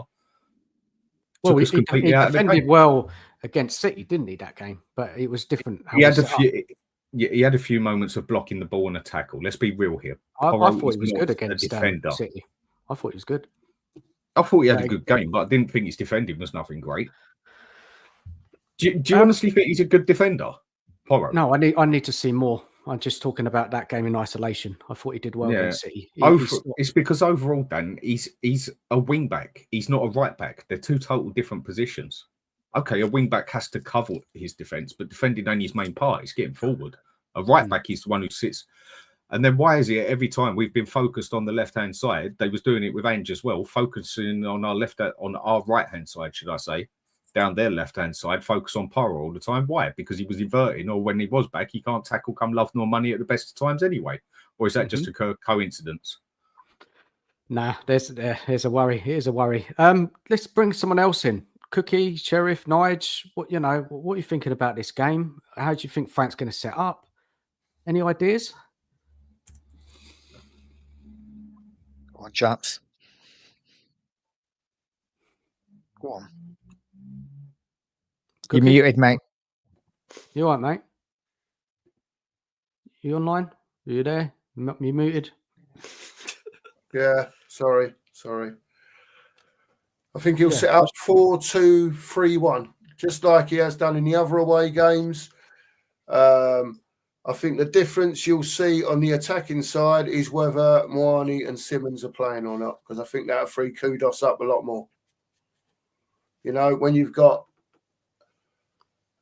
Johnson on the left and you're struggling in your attacking midfield areas and you're just relying on one fella to be your out ball, if you like, it's not going to work. But hopefully, you know, I don't know if Simmons and Moani will start against West Ham. I've got no idea. But I think we desperately need them in the team so that when we do recover the ball and we do have an outlet, we'll have more than one. You know, and like I say, I think that'll free Kudus up a lot more. You won't see so much double teaming on him because they'll have others to worry about as well when they're all on the pitch. So what, are you going for a win? Spurs win here? Comfortable win? 3 or 4-0. Seriously. I think if Simmons and Moani play, you'll see a different Spurs at the weekend. Yeah. It might not be that sort of score if we don't start them. Because I think it can turn it into a very cagey game then. You know, it could be the same as it was with Kudos getting, you know, mauled by 2 or 3 players at a time whenever he picks the ball up. And then you've got no outlet again. So it'll be West Ham recovering the ball all the time, and it's up to them what they do with it. But I want to see Moani and Simmons play. A lot of people saying, "Oh no, well he won't start them," because look, at the end of the day, they're quality players. If they're fit and they're fit enough to play them. Play them. They're footballers. Play them. Simmons, I totally agree. I think we've got a quality player there. Moane, I think people are getting a bit overexcited about. He's good. Who's getting excited, Dan? quite a few Spurs supporters, don't they? I mean, but he's nothing special as such, like a few people have made out. He's better than what we got, but then you look at what we got, Richarlison and Solanke. And if you actually look at his stats and everything and that, he usually starts the season quite well and then sort of disappears for the second half. But I think he's better than what we got. But with Simmons there, I'm very interested in watching him play. It's going to be interesting to see how... I mean, the Bundesliga, I'd say, is quite a physical league. Up there with the Premier League, close enough on how physical it is. So I don't think physicality is going to be so much of an issue for him. It's just, I'm just very interested to see what comes off Simmons. Is he going to make a massive impact from his first game? Time will tell in that aspect. But he's one I want to see what he can do, basically. And even how we're going to play him. Do you think he's going to throw him in? It wouldn't surprise me if he did. I mean, he can play on the left, he can play on the right. Last season, he actually played on the left more than he did in the middle. I say on the right, wrong word, in the middle. He actually played him on the left wing, cutting in like a son roll more than he did on the more than he did as a 10 position, basically. And he scored just as many goals and many goal assists as he did in the middle as he did on the left, basically. He looks like a very capable player. Definitely got a bit of flair, definitely got a bit of skill. So what are we going to use that on? To be coming down both flanks and then just put whoever in the middle? Or are we going to end up with Johnson on the left and Simmons in the middle and Kudos on the right, whatever? There's options there. It's going to be interesting to see what he picks. He's got a few options, I think, for a change up front. So what's the what you're worried about this Moani bloke then, Dan? Why are you not impressed? Tell us. Oh, it's not that I'm not impressed. I think he's good. I just don't think he's quite as quality as a few people think he is. I think he's a good player, and I think he's more than capable enough to come and score some goals in the Premier League. Better than Richarlison, Solanke, do you think? That's what I said at the start, which isn't bloody hard, is it? If we're going to be honest. I mean, but you're not excited. You're not excited about him. You're not getting carried away with him. No, yeah, not to the extent. I'm more excited about Kudos. I'm more excited about Simmons. Paulinho, yes, definitely a very good buy for us, what we needed, but I think we're going to find out halfway through the season whether his legs have gone or not. Because he's still definitely not fit yet either, I'd say. Not 100% match fit. And I think halfway through the season, we'll find out whether his age has caught up with him or not, even though he is only 30. But still another good buy for us. Moane, for me, is more of an interesting buy sort of thing. Okay, not bad. Better than what we got. Let's see how it goes. Whereas Simmons, Kudos, Paulinho, I'm just more interested in them, basically, especially Simmons and Brooks. I think they've definitely got more capability. I think Moane is a good player, but Simmons just interests me a lot more. Fair enough. Sheriff, the derby factor, right? Because West Ham will up their game. Yeah, they will. Yeah, it's a derby. It's going to be, Spurs, they've got to match the intensity of West Ham, right? Yeah, they're going to be winning the 50-50s because I think we have a better team, player than player, quality-wise. We should be winning this game on paper, right? But games are not played on paper, right, Sheriff? Exactly. And no, it's the old cliche. I think 1 or 2 in that stadium might have it in a little bit for Kudos. Yeah. Maybe a little bit. I'm sure he's going to get a yeah, do you reckon? Yeah. You know what I mean? But that's nearly a Sol Campbell thing, isn't it? Sort of, yeah, It is. He's, I mean, not the sort of thing that normally go. Well, it has happened a few times, hasn't it? Defoe and all that come to us, didn't it? Carrick. Canute. Whether they'd gone somewhere else before they come to us, I can't remember. But like with this game, I just want to see us go at them.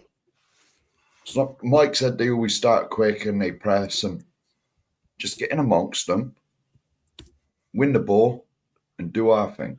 Because if we nullify them right from the kickoff, well, Mike's already said they have a go for about, I don't know, 20 minutes or so. Press. If we nullify that in the first 5 minutes, then the game's ours. As far as I'm concerned, player for player, we're better than them. But it's like you said, it's not played on paper. You know, we just gonna... We were crap against Bournemouth, you know. That was it such was a terrible, poor man. performance. I had the misfortune to watch it. And it was misfortune. My goodness. We got a stinker in it still. But to be honest, we're always like that before an international break. I don't think we've won for years before an international break. Yeah. I'm not sure about after it, but like as long as we can get in amongst them, try and impose our authority. You know, all right, the crowd's always hostile. There. You know, it's always hostile because it's us. You know, but it's the same when they come to our place. It's a bit hostile.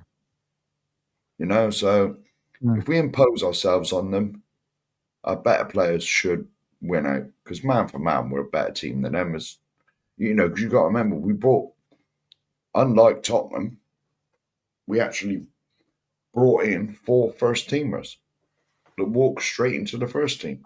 When have we ever done that? Never. Not that I can remember. Not Certainly for a not long for time. years. You know, it's been normally like ones for the future. They'll be all right in 10 years. You know, 5 years, whatever it was. You know, so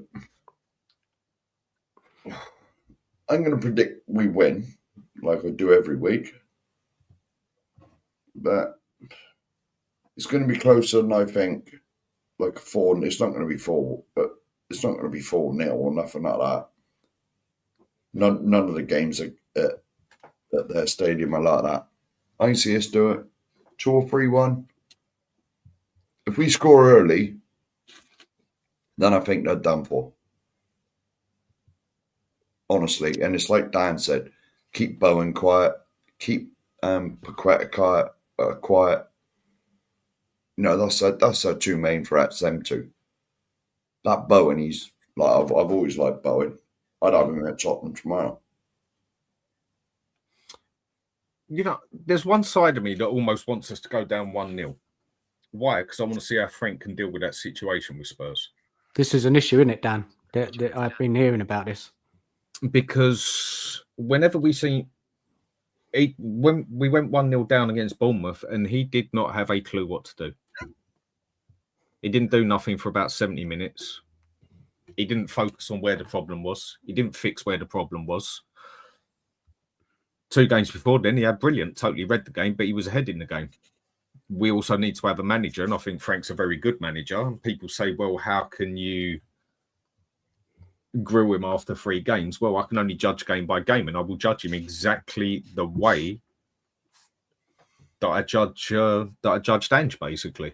And he totally screwed up that last game, as far as I'm concerned. He was a big part of why we lost it, because he didn't fix up the situation quick enough. So I'm interested more on the side of what does he do to change, or what can the team do, or whatever, if we go 1-0 down and get pushed into the second half 1-0 down. I want to see where he's going to adapt and change the game as such. I haven't seen him do that yet for Spurs, but it will only be our 4th game as well. So I'm sort of interested on how can we do from going a goal down, basically. Yeah. I think it will probably, you know, we'll want to see how we react to that, right? Because when we went 1-0 down against Bournemouth, we didn't recover. Yeah, we've always taken the lead in games and then held on, right? And other than the PSG we blew it, didn't we? Later. Yeah. Well, again, to me that was a good part down to the manager, but again, that's just opinion. I think he made totally the wrong subs, but again, that's just my opinion on it. And Dan, sorry mate, I just got to say bye to the sheriff. He's going. Yeah. See you Cheers later, for having man. me on, Dan. Thanks care, for coming buddy. on, man. Appreciate it. Take See you care. later, mate. Take care. Have a good Take night. Have a good night, all. Much love, mate. Yeah, sure. See you Yeah, later. see you later.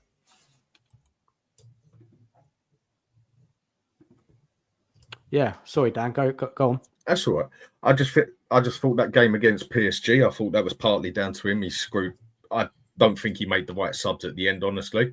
Again, personal opinion. Archie Gray touched the ball once in 20 minutes. Yeah, they were terrible. Definitely weren't the best idea to bring him on, I don't think. But either way, that was then. And against Bournemouth, he did nothing for 70 minutes when you could see what the two biggest problems on the pitch were a mile off from the first 5 minutes. You could see it. The fact that Kudus was getting doubled out the game and the fact that Porro was just getting absolutely cooked every 2 minutes down the side. And he'd done nothing for 70 minutes to change it.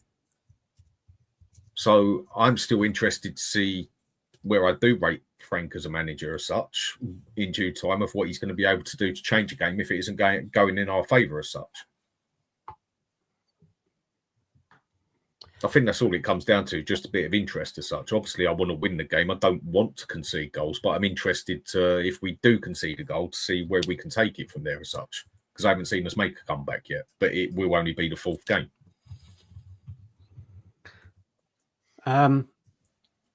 I've got to say bye to Mike. Mike, do you want to give us a prediction before you go? And thank you so much for coming on.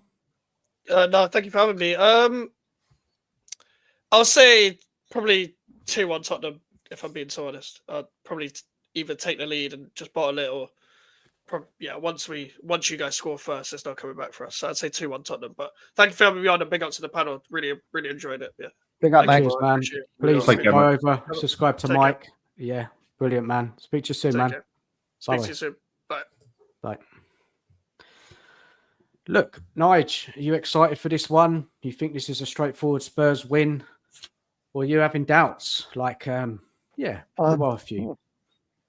We're Spurs, mate. Of course, I'm having doubts. West Ham away is, like it's been said already, it's their cup final. It's not going to be an easy game. I don't think we're going to just rock up and turn them over. They always turn up against Tottenham. It doesn't matter what their form is before they play Spurs. They always turn up, especially at their place. Saying that, we should have enough quality to win the game. I am concerned that I don't think Simmons will start, just simply because we did sign him and then he went straight off on national duty. So he's not had a training session with Tottenham yet. So it does concern me. I think he may be saved for the Villarreal game on Tuesday. Maybe he'll come off the bench. Saying that, I do expect Mawani to start. He hasn't gone on national duty. He's been training with the Tottenham team, or the youngsters anyway. So he should have a little bit more time. That he should. So you're going to He start should up be. top? Hopefully, he's got to. Who's Isn't going he? left, Surely. then? Who's playing left? Who's playing left wing? You know what? I'd be more inclined to play with Richarlison now. I don't particularly want to see Johnson on the left. So, yeah, for me, I would play Mawani through the middle. Listen, given a choice, I'd play Simmons. I'm just concerned that Spurs may not. And I think Richarlison may start on the left just to have that bit of strength up there. Honestly, I don't see us losing the game, but it's not going to be straightforward. I see us going behind. Maybe coming back. It will be maybe a tight win or a draw. But I just can't wait to see Spurs again, because this 2 weeks has been horrific. It's been so dull. Well, saying that, we dunno had how the you Levy news feel, last but- week, didn't we? That was a bit lively. It was But, for 24 hours. But we missed the football. We want to, after losing to Bournemouth, we want to see a reaction. Now, I think this is a game, after hearing from Mike and looking into West Ham a little bit more, as we're playing them soon. They're not in the best shape. They're really not. Their transfer window has been nothing exciting. Like Dan said, Mike says, it could be in a relegation battle. Yes, there's the derby factor to think about. Of course, they're going to raise their game. But as long as Frank sets the team up in the right way, as long as the players show the right attitude, like we saw against City, we should win this game all day long, right? Quality-wise, hit them on the counter if they're going to press us. There should be space. Their midfield, if they're not going to play those young guys in there, Fernandes and the other young player they signed, they ain't got a lot of pace in that midfield. They're very, very slow. We should run all over them, really, shouldn't we? Who's going to play on the left? I don't know. You know, I would probably play Wilson. You know, we've got to start getting him in the team because Johnson's not it. I don't think Tell is it either. Would he play Richarlison there for the physicality? Maybe. I don't know. I'm interested to see how Frank's going to approach this one because, you know, Burnley one was very straightforward, right? We just had quality, too much quality for Burnley. City, Frank had a good game plan, pulled it off. We played really well. And then Bournemouth, they just completely out-tacticked us. And that is a worry. I know it's one game. It's, you know, that was, Frank didn't do anything to change in that game. Let's be real. We criticised Ange enough last season, and we got to do the same with this manager. Right? And what could he have done though? What could he have done? Like changed formation, changed it up. It's, you know, it wasn't working, was it? Johnson was he didn't do nothing. It wasn't working. They were doubling up on Kudos. Richarlison was getting bullied. Why couldn't they put, you know, somebody else up front? You know, have a runner off Richarlison. There was things that Frank could have done, but he chose to rely on making the subs. Yeah, and the subs came on and they didn't help much at all. It was very disappointing. The players lackluster. Yeah, they weren't on it like they were against City. And Frank looked like he lacked knowledge. It was terrible. For me, it was, in my opinion, it was quite an easy one to sort out. What would you have done? I'd have gone with 5 at the back and gone to 5-2-2-1. Easy as take Johnson off, put Danzo on. There you go. There's me 3 at the back. Right, Porro, using you as wing back. Every time they double up on you now, I've now got Romero to go over and cover your ass. So there's 2 people on him now. Right, that's him covered. Now Kudus ain't there out on his own. He's now in the middle with whoever we would have had next to him and that, and it would have given us more time to get control of the game from the back. And then when we get control of the game from the back and stop having our main totally opened up down that hand side with Porro, he actually would have had some support because every time Romero would have gone over to him, then you'd have been able to swing the other 2 over from Van der Ven and Danzo, and also Spence into the middle if you needed to. Porro was our major problem there. He was the biggest problem on our team because he's a crap defender and he is a bloody wing back at getting forward, and he got absolutely destroyed. Kudos didn't help him. He didn't help him, did he? At all? He tried, but he was totally marked out of the game as well, wasn't he? Yeah. So I think if he would have gone with 5 at the back then, and then 5-3-2 or 5-2-2-1, whatever way you want to put it, we could have got control from the back. And then when pressing forward, we keep the 3 defenders there. Our wing backs got more than enough capability of getting up the other end of the pitch. That is what Porro is actually best at. And then we could have got some domination into the middle in central and then pushed the game forward from there. Frank didn't do that. He done nothing. He left Porro there to get absolutely cooked. And that is a big reason why we lost that game. I think Frank got totally outmanaged there. And it almost looked like he went, and it almost looked like he went a bit numb because he didn't change anything for 70 minutes. And I think we should have changed formation to try and get some control of the game, basically. But then you're going to have Spurs fans saying, "Oh, but that we shouldn't play like that against Bournemouth. We shouldn't do this. We're Spurs. We should be doing." Shut up. Do you want to win a game or not? And sometimes you got to adapt and change around in that game to get it.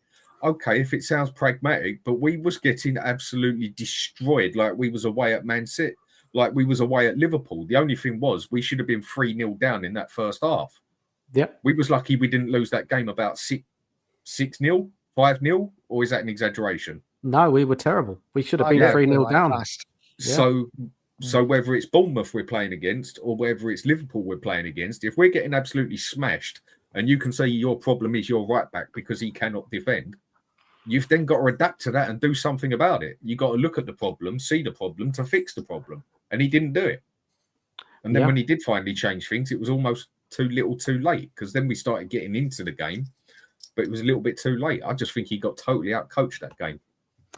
And the thing is with West Ham, they're not as good as Bournemouth, right? Set up as well, you know. So I think we'll be okay against West Ham, but we can't show that level of attitude on the pitch like we did against Bournemouth. You know, it was terrible, and Frank has got to change it. And look, we can give him a pass. It's his first defeat, right? You know, we're not going to lay into him too much. But what we want to see, we don't want to see a repeat of that. So when another decent team comes to Spurs ground, you know, on the Bournemouth level, you know, we want to see how Frank manages a game when we're under the cosh. And if they're targeting players, we want to see him be proactive on the pitch and make changes to affect the game. So, yeah, look, it's worth to see. I'm interested because I'm really interested to see Frank up against those kind of teams, not the top I think he's a good manager. What, Frank? Yeah, I think he's a good manager. It's just I'm going to judge him game by game the same way I judge Ange and every other manager. Okay, at the end of the season, I'll give him the total assessment as such. But I can still only judge by what he's seeing. In that last game, I think he screwed it up big time. So I think he deserves a bit of grilling for it. He's a professional manager, isn't he? Yeah, or is it just because it's only his third game, you just sort of brush it aside and ignore it like a lot of Dan, Spurs I was very critical of that performance from Frank. And after I kind of thought about it, watched it again, it was Frank. He got it wrong. He got it wrong. I want to bring in Cookie. And there's a question, maybe Cookie want to answer this. It's from Jimmy. Big up, Jimmy. Will Frank save the best team for Villarreal game like he did versus Burnley? So we got the Champions League game, right? When is it? Next Wednesday, Tuesday? Tuesday. Tuesday. Yeah. What do you reckon, Cookie? I don't know, Dan. I think it's one of them where we'll just have to wait and see. New manager and all that type of thing. I think we're all trying to work out, how he's going to work out, how he's going to perform in the league and the Champions League and throughout the season with midweek games, 2 games a week. Yeah. As far as the weekend goes, I'd like to see all of the new players playing, but will he just like bring them on as substitutes? Maybe. I really don't know what he's going to do, Dan. What he's going to. All I know is that he's got to manage this squad, what he's got, to get us through until January at least before we can make any additions to it. And we'll see what type of manager he is. He's gonna have to pick teams for games that are every 3 days. He's got to manage injuries. He's still got a lot of young players that are in the squad. The squad's nowhere near fully rounded. So I think it will just be a case of he will analyse who he's playing, when he's playing them, put out the team that he thinks is appropriate to win that game. A bit like he did against Burnley at home. He played a younger midfield, didn't he? He obviously thought he'd get through that game, and he did. There was a few scary moments in there that showed that maybe some of the younger players were not quite where they need to be at the moment, but it was Burnley.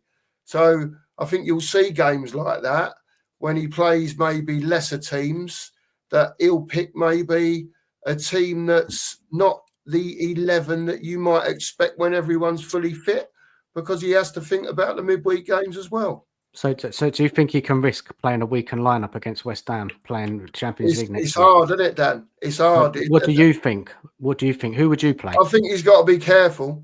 I think he's got to be very, very careful. So the home game next week against Villarreal. It's a really hard one. Like I say, for me, just like, for me, it's just like it's play 'em. But at the end of the day, you get a couple of injuries and we're back to square one again. We are literally back to square one again. Are you changing the lineup? If you were Frank, are you changing the lineup against West Ham? Anyone as well on the panel, in the chat as well. Are you changing that lineup? Are you not going full strength against West Ham? Or what are you doing? Or are you thinking you're playing Villarreal at home in the Champions League that you can go a bit weaker?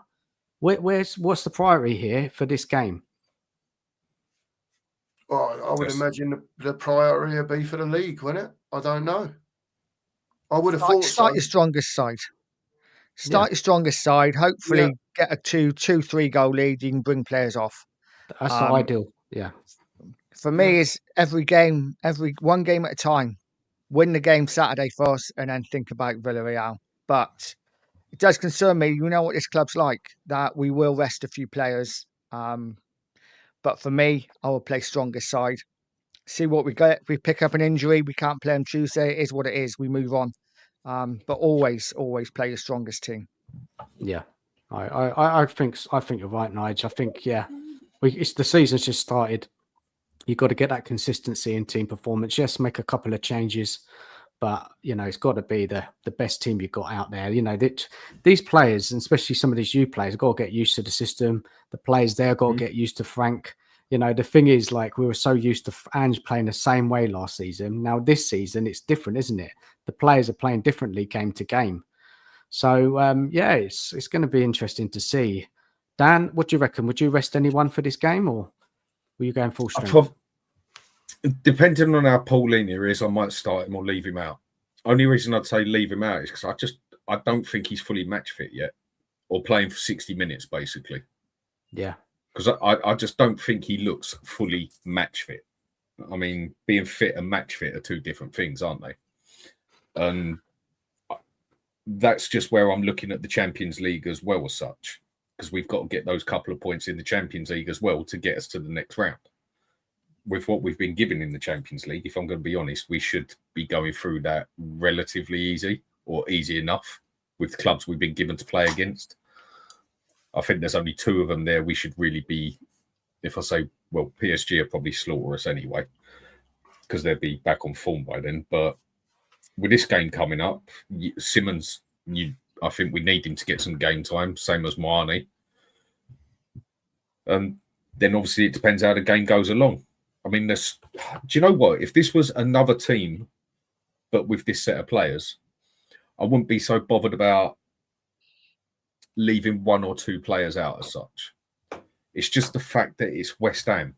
It's a London derby. They're going to get spiced up for it. They usually do. And I think West Ham are going to play it on a lot more physical side.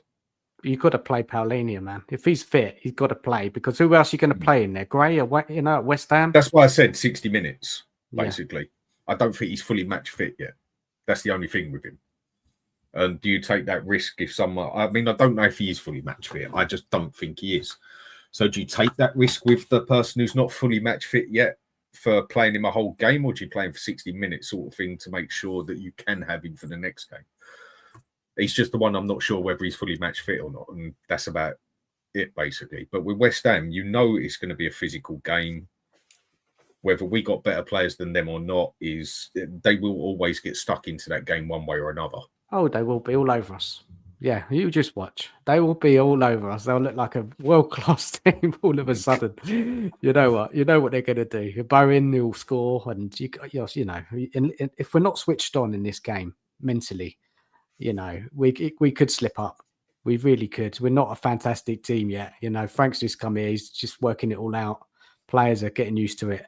So I think we've got to go strong. And then, as like Nige says, Dan said as well, I think just make us subs. If we're winning, the game's quite comfortable. Just to manage the team, make sure that some of those players can play against Villarreal on the Tuesday. So, look, good question though, Jimmy. Yeah, got us talking there. That one. So, look, kind of going down to the game. Is it going to be? I had a question. Let me just bring the question up. Actually, let me just get it up on the screen. West Ham. I think I've got it. Let me check. And then we'll move on from the West Ham game, because I just want to talk a bit more about the future before we shut down the show.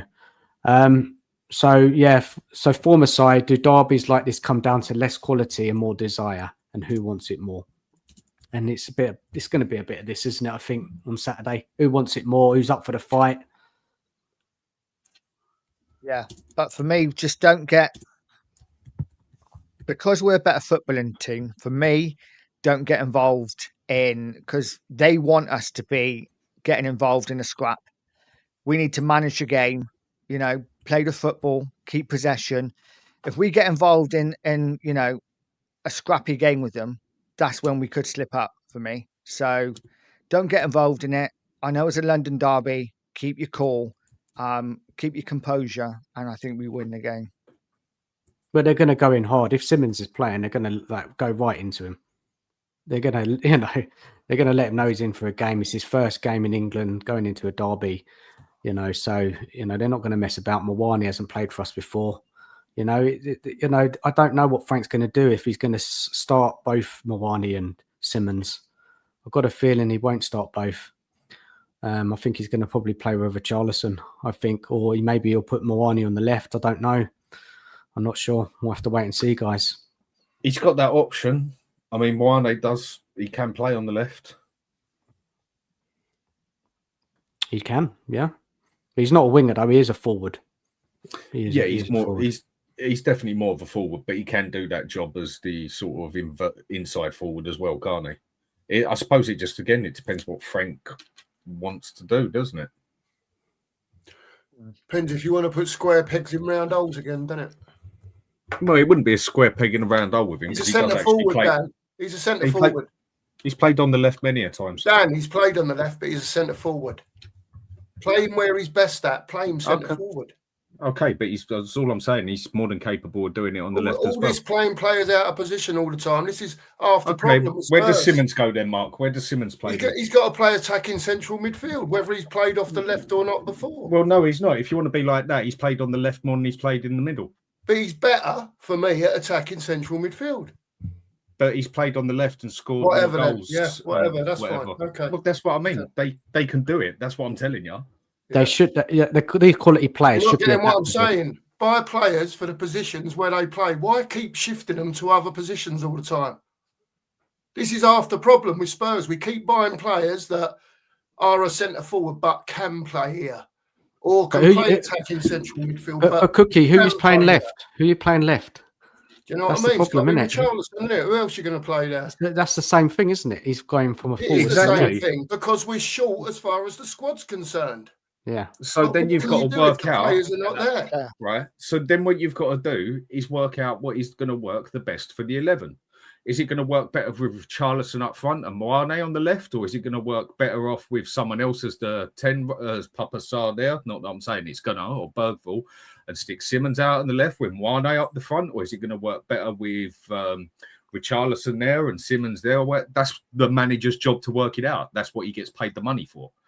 And that is why clubs do like playing players that are capable of playing in a couple of positions. That's fine. That's all it comes down to. It's what they're going to do with it. They'll never get anywhere. They'll never get anywhere if they carry on doing that shit. I'm sorry. Well, a lot of other clubs do it. No, I think Spurs have been doing it for years and it's never worked or very rarely worked. Get players that play in a position that they're good at and play them there. That's how you get chemistry. That's also going to screw you when you've got no one to play in that position and everyone can only play in one position. Whose fault's that for not buying the players? Well, of the right quality. Whose fault's that? Right. Oh, and we can afford a team of 24 players with that right quality, can't we? Yeah, again, we are own. Oh, lay off, Mark. Come on, man. We are only Tottenham Hotspur. We are not Man City. We are not Liverpool. So you're telling me now Arsenal. then that we haven't got 200 million to spend on 3 or 4 players of the right quality? I'm not in the bank account, so I don't know. But I would have thought we've got more money than what we have. We haven't got the sort of money or capability to build a club like Chelsea. See you later, buddy. Thanks for coming on, mate. All right, then, mate. See you later, chaps. Thanks for having us. Big up, chat. See you later. Okay. No, just going back to the argument. Good players, right? Simmons, technical. They should be able to play in another position if needed. Look at the Man City players. You know what Pep does with them. He moves them here, moves them there. It's like chess pieces. That's what I'm saying. So yes, ideally you'd want a player to stick to a position, of course. But in this day and age, you've got to play. You can't just be so one way. You've got to have something else in your game. So I kind of get the arguments both ways, but for me, I think, I can see how it won't, like Mark wants it to be, but the only way I can pick it up is like, well, sorry, this is 2025. This is not 1985 anymore or 1995. It don't work like that anymore. The system's changed. I mean, maybe this is why Levy also had to leave as well, because football outgrew him as such. And he was still trying to coach like he was in 2005, 2010, and times have changed. Buying players has changed. The way you do things has changed. Life goes on. Life adapts. And that's why you've got to adapt to it. And these days, a lot of teams have, they have certain players that are set for their role, but a majority of players they do have with a bit of adaptability on them, don't they? I mean, like if you really needed to in a situation, if we're totally screwed out on the left, you go and stick Van der Ven there and you go and stick Danzo in the middle because Van der Ven actually started his career out on the left. Yeah. Not saying that's your first choice, but sometimes that is what adapting is all about to a game, isn't it? Yeah, no, I'm with you there. I'm with you. Okay, so any more questions about the West Ham game? Any more thoughts, guys? And then we're going to go back to the kind of first section where we were talking about the future, and then we'll wrap up for tonight. Any more pointers on the West Ham match? I mean, we need to win this game, don't we? Like, if we don't win it, it'll be very disappointing because West Ham are not in a good place. They're not a good side. They're not a good side. They're really We not. should win it. We cannot afford to lose this game because our next league game is away to Brighton. So last thing we want to be doing is going to Brighton with 2 defeats in a row. So yeah, it's a massive game already. Yeah, we've got to win it. We've got to win it. Yeah, and after that screw up against Bournemouth, it shows we've still got more than enough capability to do that as well. That's where people are a bit edgy now. Whereas if we'd have gone and done Bournemouth, we'd have gone into this one chest out, basically. Yeah. Now we're walking into it a bit like, yeah, we should do them and everything, but looking over the shoulder again, doing the Spurs thing, isn't it? I think it's more the thing, the derby for me, really. I just think quality-wise, I think we should have enough, but it's the derby, it's the attitude of the players. If they, and I don't know. Let's see. Well, it's not far now, isn't it? Saturday evening. Yeah. Was it 5:30, isn't it? 5:30, yeah. Evening kickoff. Yeah, it should be a lively one anyway. But I think we'll win. I don't think we'll thrash them like Cookie said. I think we'll win, but it won't be I think we'll get a couple of goals up and then we'll kind of control it. West Ham might get a goal. But yeah, I'll be very disappointed if we lose this game, especially on how kind of poor West Ham are looking right now. I know they got a good win at Forest. They did. But generally, they've not been playing well. And player to player, we've got a better side. Anyway, that's what I think. But guys, let's now. Forest got Ange now. Should we talk about that actually, guys? Because I think that's a good conversation to have because it's a bit of a madness, right? Ange is back, right? Ange is back. Back guys. Again. Crazy. I don't know what Forest doing. I don't get it. They are set up. They are a counter-attacking team. They have got a perfect team to counter-attack, and they have brought a manager in who just attacks. Listen, I don't think it's going to happen this season. I think Forest will do okay. Next season, I think it's going to be, car crash. I really do. I think Ange is not the right man for Forest. I might be wrong, but I think he's going to have to change the team totally from what it is now if he wants them to play the way that he wants them to play. Yeah. I mean, again, it's like him taking over at us. I mean, if you ask me personally, I still think if you put every player together there, I still think that team is made better for a fight. If you was to put that strongest team down, I still think you look better playing 5 at the back, basically, or 3 centre backs with wing backs. I think that is our strongest part of the team.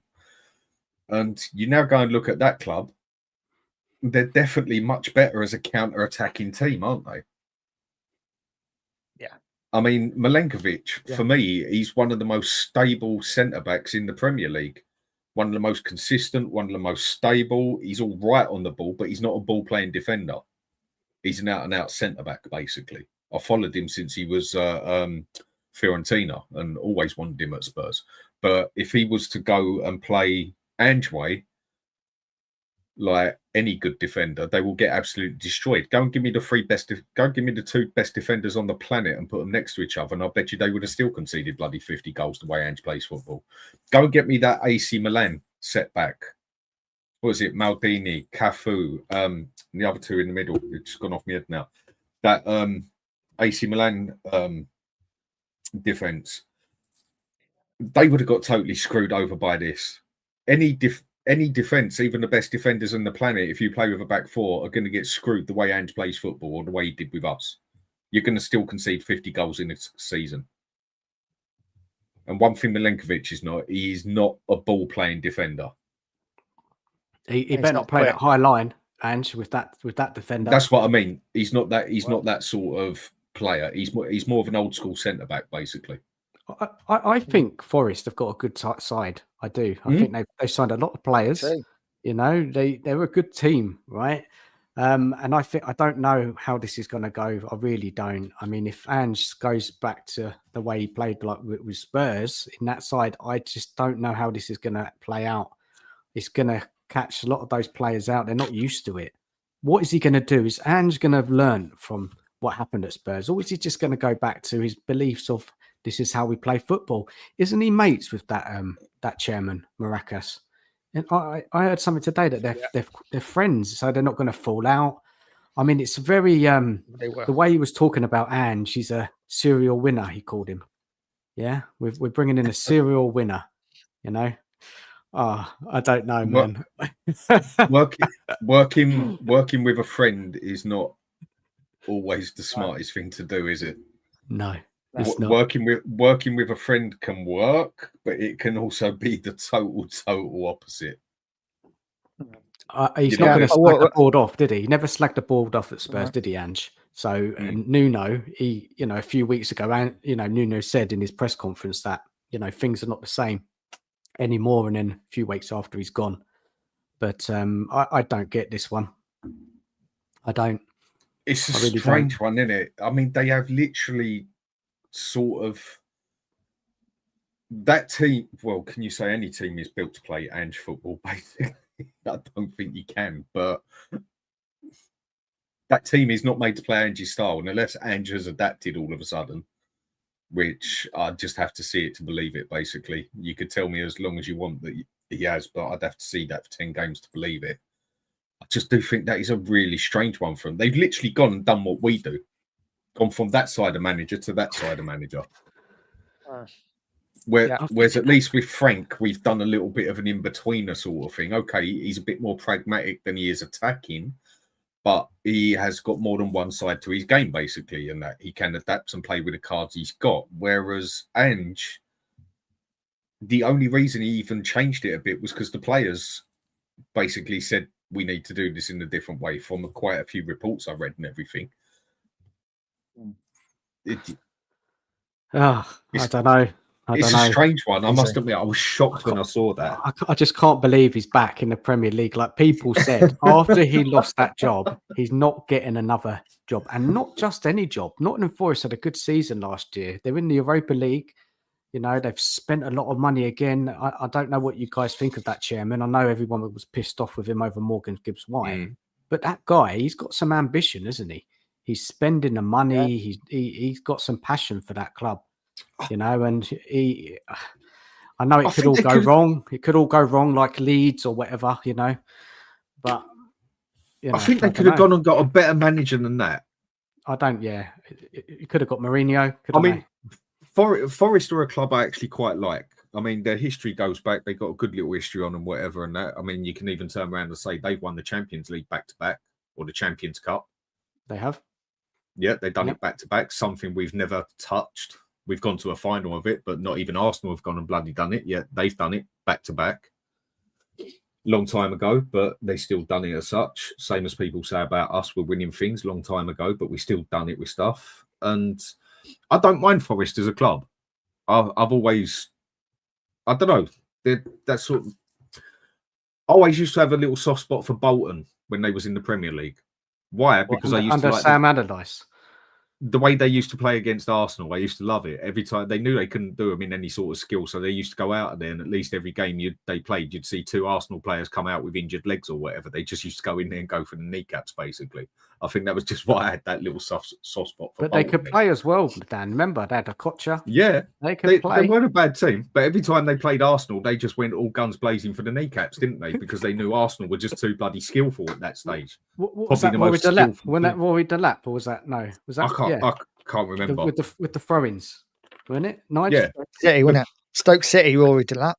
Yeah, who are you talking about? Stoke used to. I was talking about Bolton, but Stoke always used to do that with Arsenal as well, didn't they? Stoke always used to get stuck into Arsenal's kneecaps as well, didn't they? But Forest are a team I've always personally liked, and I would have just thought, couldn't they have gone out and done a bit better than that? I mean, come on, the way he did win something with us last season, but bloody hell, he nearly got us relegated. So what's his target now? Is it 7th? I saw I don't know, some journalists come out today and said that Ange must finish 7th at least. That team is not made to play. That team is not made to play in any means or manner his way. At least we had 2 centre backs that were ball playing centre backs. They've got 1. Milenkovic is not a ball-playing defender. He is your old-school, no-nonsense centre-back, basically, and can push it a little bit forward. He is not a Nuno's ball-playing doing a good defender. job. He never was. Nuno, he was doing Nuno a was, good job. he was doing a It good was- job. It was meant to be a personal fallout. It was meant to be a bit of a Yeah. personal fallout behind the lines. Yeah, but if you're going to bring Ange in, bring him in the summer. Give him a summer with the team. Brought him in 3 games into a season. Hmm. Crazy. You don't Well- think it's going to go well, Nige? You think they're going to be struggling? No, I think they'll be all right this season. I think they finished 10th, 11th, but I don't see them finishing in the top 10 now.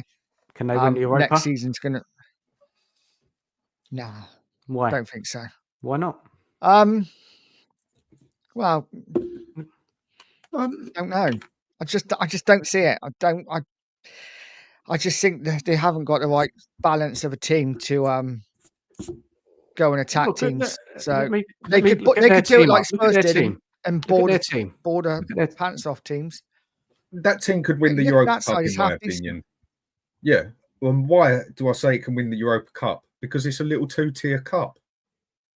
Whether people want to be honest or not, the Europa Cup was easier to win than the bloody League Cup, was it not? Look at the teams you had to play in the League Cup compared to the Europa Cup. The Europa Cup is now just a 2-tier cup. The only reason it's relevant to practically any team is because it gets you Champions League. Money-wise, it doesn't bring it in unless you win it to get to the Champions League as such. It is only the Champions League bit at the end of the cup. What clubs want on it more than anything. That is where you get the money off of, and that. The actual cup itself, it is the 2-tier European Cup now. It's not as powerful as the UEFA Cup used to be, in my opinion. And now where the teams don't come down from the Champions League, I mean, look how we went through that. Really, we played what? We played Galatasaray, who's a good team, absolutely schooled us in every which way. Roma, good team, but they was going probably through the worst way I've seen them play in like 20-odd years, basically. And then apart from that, even Man United at the end, we was playing a team that was in the bottom 15 in the Premier League. No, it wasn't a tough run, man. That Europa League was not a tough run at all. No, it was not. That League Cup was harder than the bloody Europa Cup. Yeah. So are we saying that Ange can win this Europa League with Nottingham Forest with that team? I don't see why not. I actually look at the midfield as decent. It's good. I take their midfield in front of ours. I What's like that bloke's name? Anderson. He's been playing for England. Yeah, Tidy really good player. player. Really good player. Then they've got Douglas Luiz, Morgan Gibbs White. They've got Chris, what's his name? Wood scoring for fun. They've got the centre backs. They've got the full backs. They've brought some strength in depth.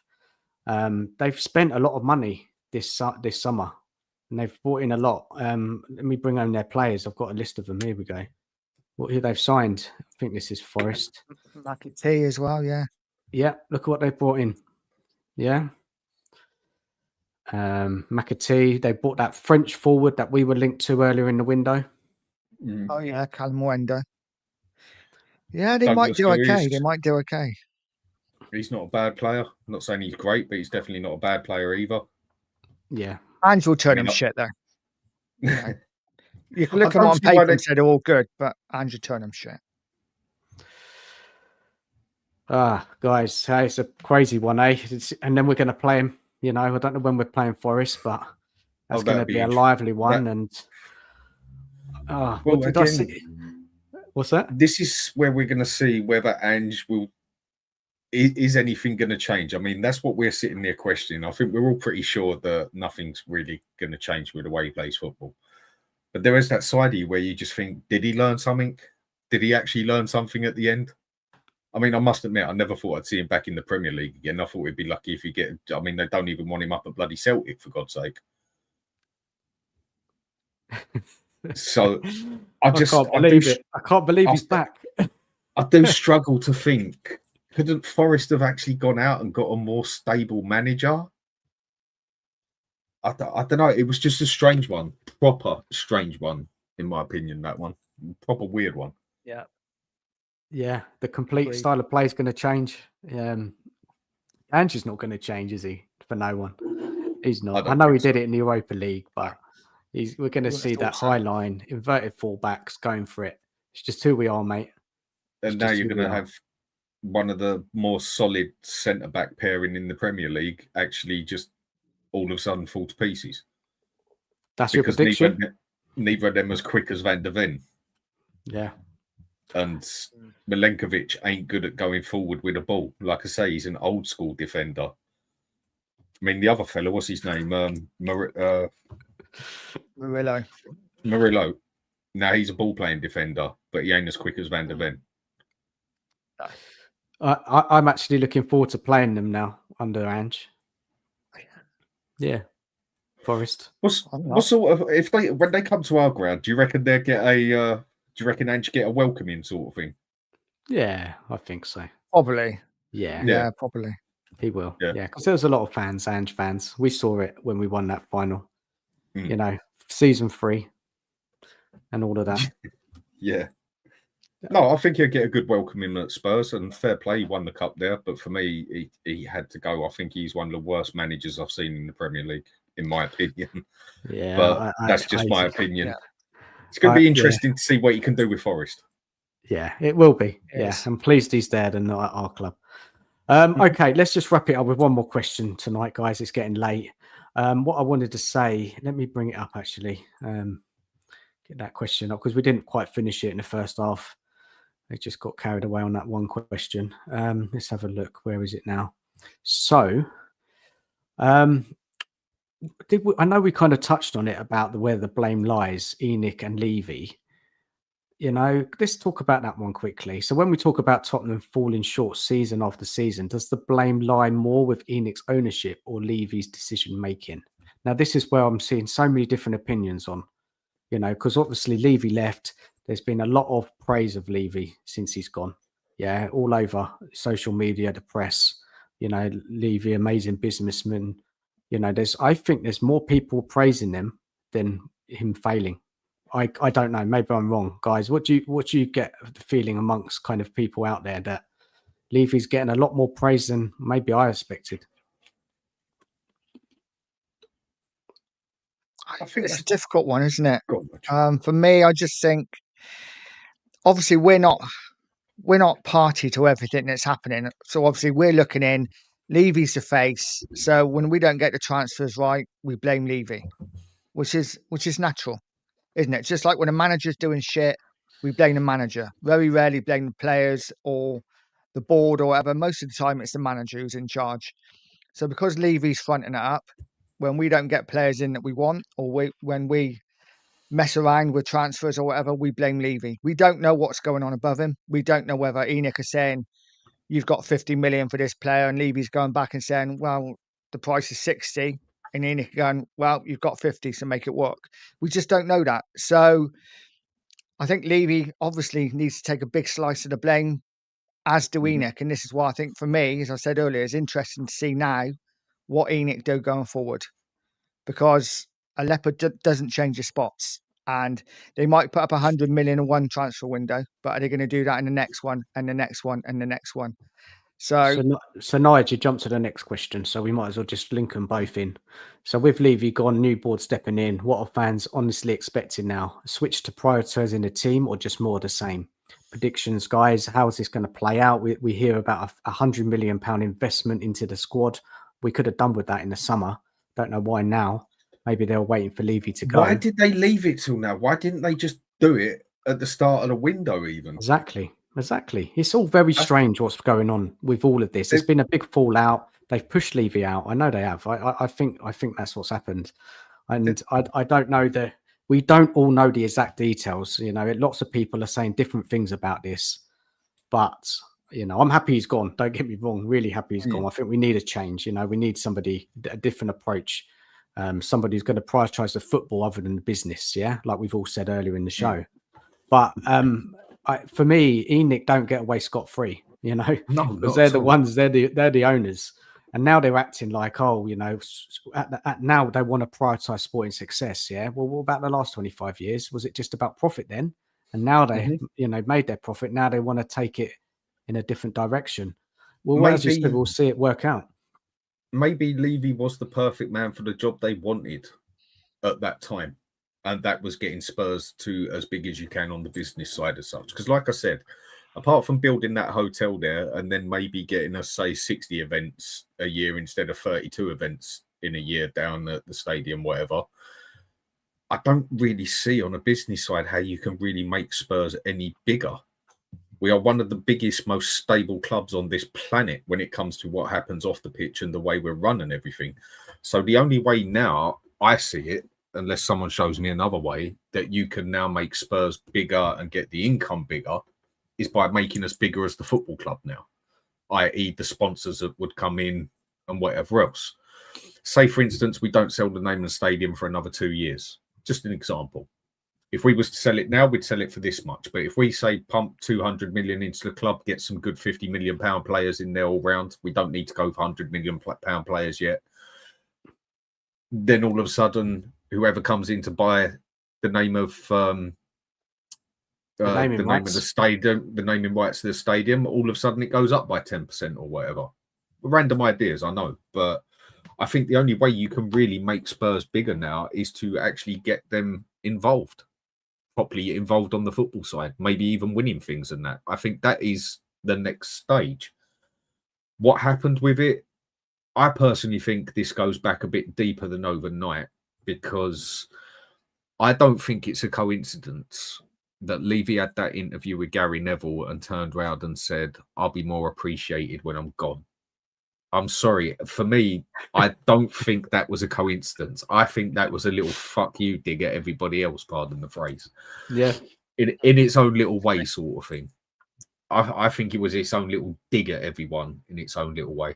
And if anyone just wants to be honest, the reason it looks like I stick up for him more than want him out is because I just try and see both sides. But I just see so many people just so set on that side that it can only be that one way. And okay, and if Levy's that bad and everything and this and that, but then if he's going to get the blame for everything that goes wrong, then he's got to get the credit for what goes right, as far as I'm concerned. Dan, all my videos all summer have been about Levy and the board, man. Most of them about calling them out. But both. But Dan, you've still sat here. Yeah, but you've still sat here and also said you got to give him credit when it's due as well, though. Yeah. Whereas a lot of people, Eze, it's his fault. Morgan Gibbs-White, it's his fault. Oh, Simmons, no, someone else had something to do with that. No, that couldn't have been Levy, could it? Or Mane on the last, no, definitely weren't Levy. It weren't nothing to do with it. Oh, no, but Eze, 100% his fault. And that's just where I feel a lot of Spurs fans have been very narrow-minded with him. I do feel he's become a very easy scapegoat, down to his own fault, because I do feel a lot of the deals were down to his fault. But on the other side, we honestly don't know what went on behind the lines. A lot of people like to use the pyramid effect as such, like the problem starts at the top and everything else with the who gets picked, who gets bought, this and that and everything else. Well, if you want to go like that, then Levy wasn't at the top. He might have been the next man down, but Levy wasn't the one who could sit there and say, do you know what? There's 200 million, spend it. He ain't got that capability. He ain't got that money. He don't own the club like that. That's Lewis who had the power to do that at any time, being a multi-billionaire. Yeah, so was Levy. Yeah, so was Levy actually just doing what he could with what he was given? We just don't know. I tell you what will be interesting is if he actually writes an autobiography. I will read it because you might actually find out some interesting stuff there. This is where I think we find out in 12 months, like I said to you at the start, how bad Levy was or how bad Levy actually wasn't. I just think he's taken them as far on the business side as they can. Yeah. They now see that the next way to make money is to get us bigger on the football side again, because we're as big as we can get on that side. Yeah. And maybe they're going to take it to there. But I personally think someone's going to come in within the next 12 months and buy at least 25% of the club, or they're going to come in and buy the club. The fact that they've turned around and said Spurs are not for sale is just total BS. I mean, that's one of the oldest tricks in manipulating it as you can, isn't it? Oh, it's not for sale. The player's not for sale.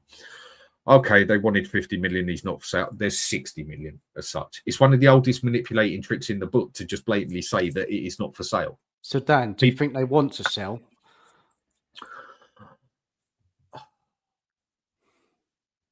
It wouldn't surprise me if they're looking at it. I don't think it's a priority for them, but I think they're definitely willing to accept a decent deal if it comes through. And when it comes to that one, whoever comes in has got to have some serious money in their back pocket, or whatever group of people come in and do it. And thank you to Daniel Levy, The foundations are there. Everything is there. This is why I say Spurs are a sleeping giant. Whoever comes in and buys Spurs is going to be a big bit of money on there, but as all they've then got to do is put the money on the players. They haven't got to worry about a single other thing. You look at Newcastle, for instance. Why can't they get nowhere? They are going to get nowhere fast unless they get in that Champions League 3-4 years on the trot.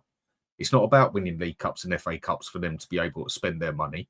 They need to get into the Champions League to spend their money. We don't even need to do that. So what do you want to see, guys? The next, for me, it's about the transfer windows, right? The next transfer windows that will show us if there's going to be a change. Obviously, this window's been better, right? It's been an improvement. There's still gaps in this squad. Yeah, we didn't get that left winger. We did, that we all know which players we need still to improve it, and it's going to take a few transfer windows. So for me, I want to see how they behave in the transfer window. I hope they don't mess about. Yeah, like Levy dragging out deals on and on and on. I just want them to be decisive in the window. If they want to play, go out and get him. Yeah, don't mess about. And also another thing, I think it might have been Nige. I'm not sure about who said this earlier about it's about shifting the players as well. Don't we struggle to get them off our books? That's just been a massive problem, isn't it, over the years? We wait too long to sell them, don't we? We get them to the point where they're almost unsellable, don't we? We hang on to them that long. Whereas, say, Chelsea or other clubs or City, okay, that was a bit of a dodgy season. No, that season was a bit of an improve. You're gone, baked potato. See you later. We seem to say, right, we give you another season and another season and another season to the point where you can't even give the bloody player away. I mean, the question I'll ask you two quickly then. If Spurs do get sold, are you bothered particularly where it goes to? Because the thing I've been seeing a lot of in chats and a lot of on X and a lot of on Facebook and other things, and this is the thing that makes me laugh more than anything. People have been going on for ages. I want Levy out. I want Enoch out, this and that. And all of a sudden you're starting to say, yeah, but I don't want oil money. I don't want this. I don't want that. Oh, no, we're a religious club. I don't want them sort of people because it's a different religion. I've seen a lot of people actually complain about religion, for God's sake. Yeah. Since when is Spurs a bloody religion? It's a football club. Religion is totally irrelevant to me on this one. Yeah. And where the money's come from, I don't care if it's blood money or oil money. As long as it comes into the club and goes to the football, I couldn't care less. But I've seen a lot of people talk about bloody religion and oil money and what they don't want their club to be run like.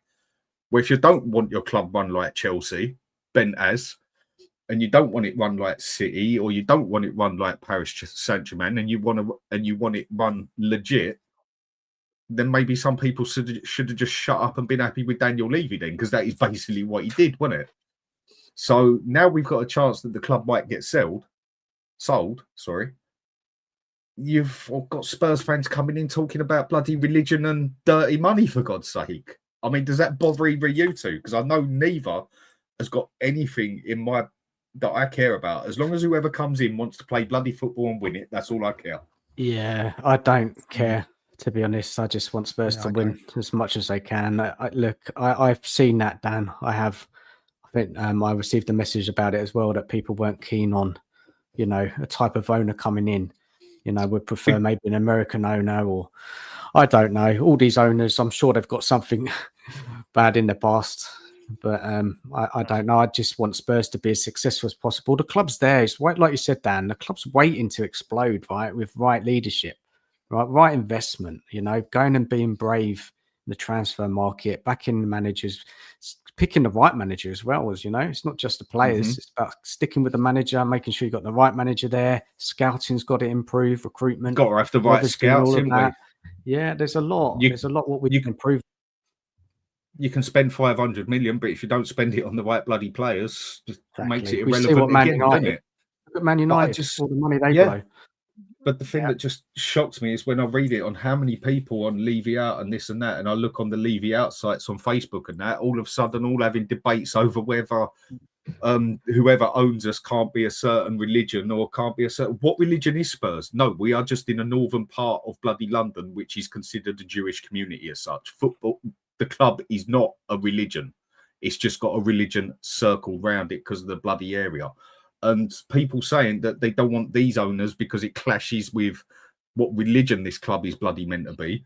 and other people saying, I don't want oil money in there. And they said, oh, well, what do you want? You are not going to beat the likes of Chelsea, City, and Paris Saint-Germain's and every other clubs out there, and even Liverpool's and that go out and get their money the way they do. If you can't beat it, you got to join it, and I just don't get where people.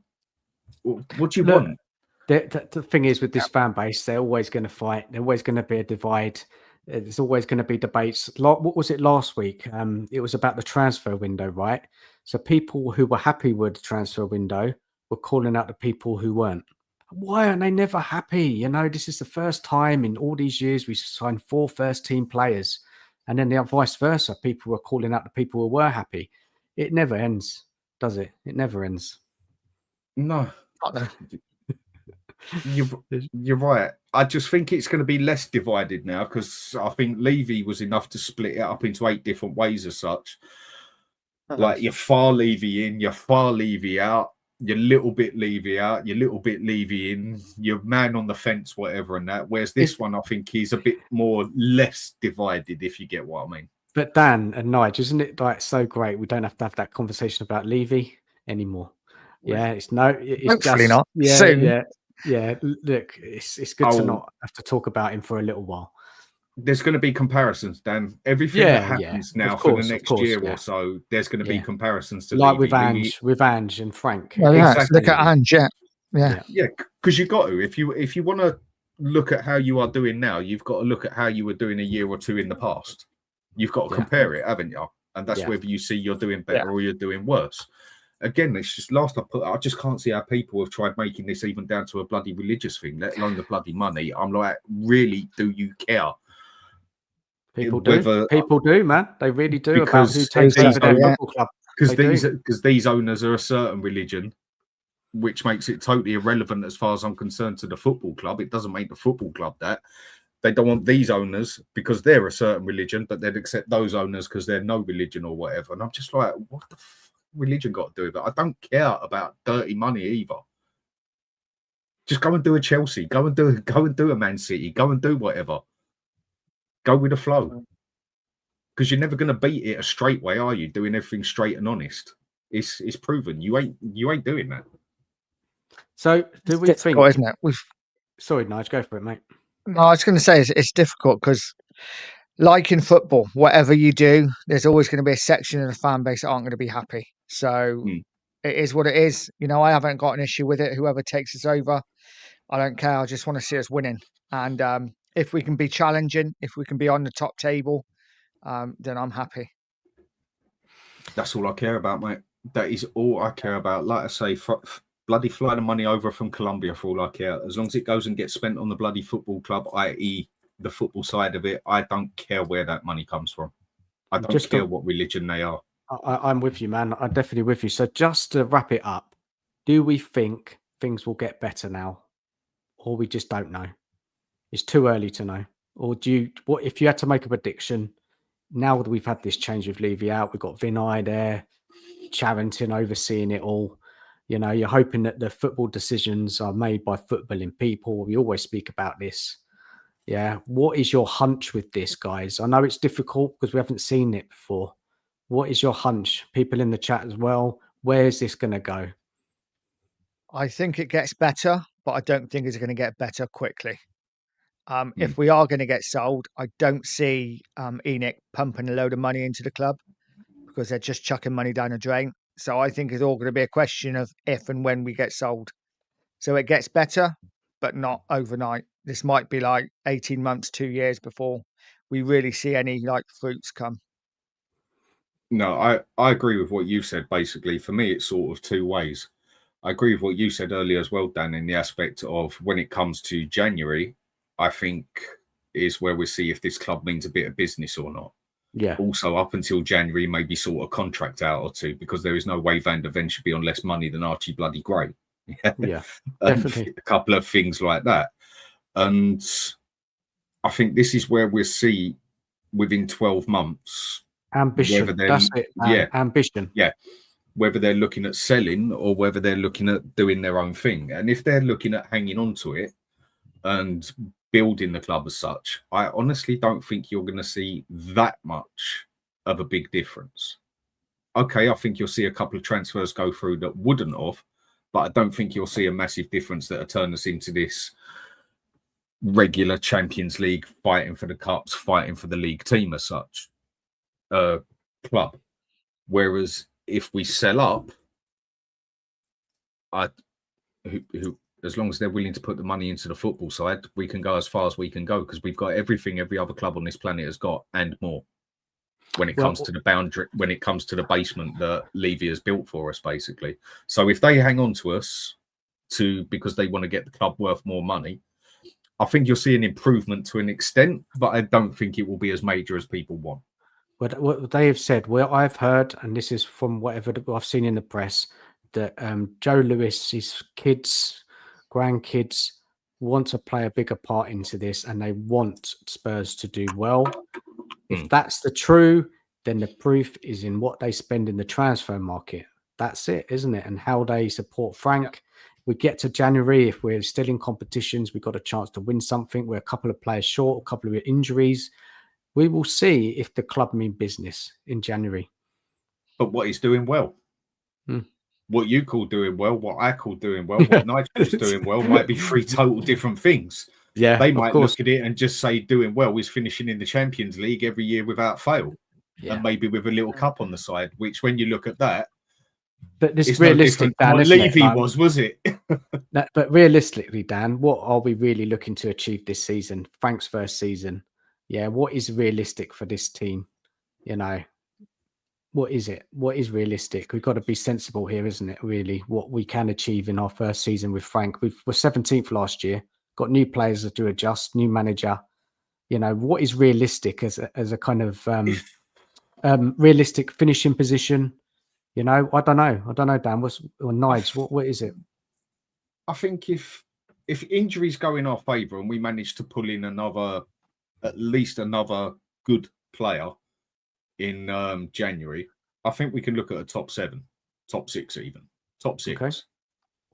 But then we've also, have we got the size of a squad to go about? Like I was saying earlier, we have not got that power. We are not that powerful club yet that can have a cover for every position where there's no major drop-off. I mean, look in the middle, we're talking about a drop-off from Paulinho to Archie bloody Gray, for God's sake.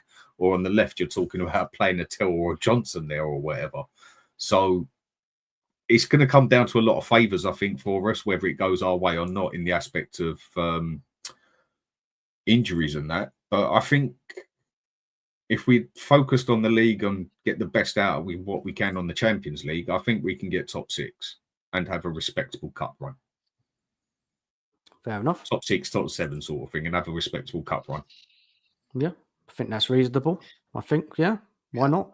Great. Yeah. I don't know if we will. I'll have to see. But, you know, we could, depending on the, you know, what competitions we're still in.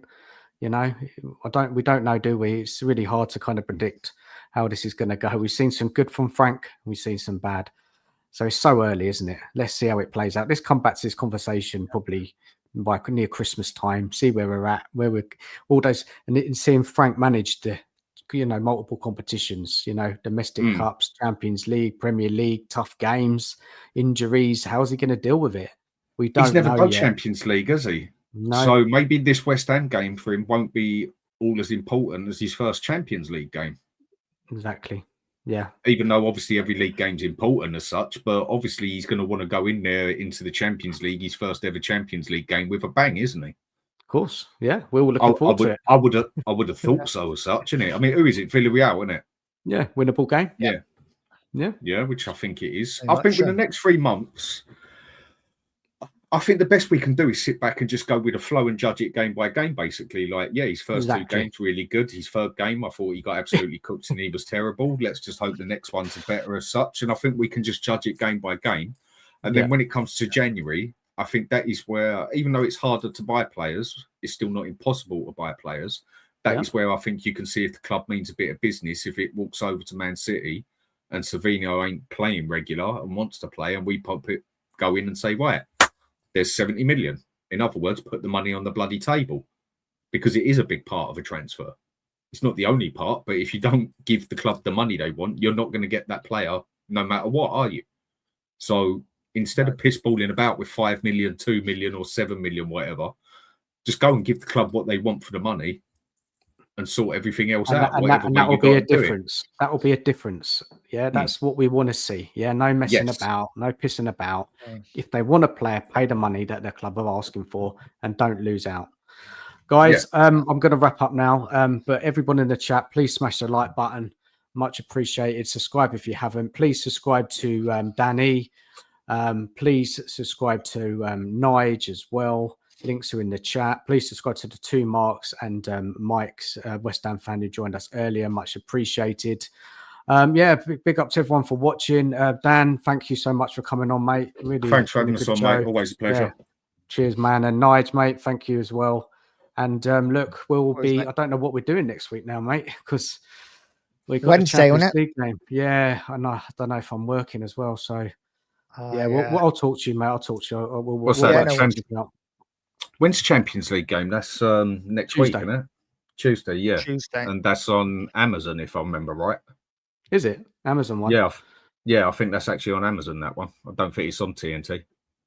Or it might be on both. I'm pretty sure it's on Amazon. Yeah, well, we'll see, man. Games are coming back. But anyway, big up everyone watching. Thank you so much. And thank you for all your comments and watching throughout the evening. We'll be back next week at some point. Take care of yourselves. Enjoy the rest of your evening. And as always, come on, you Spurs. Cheers. Spurs.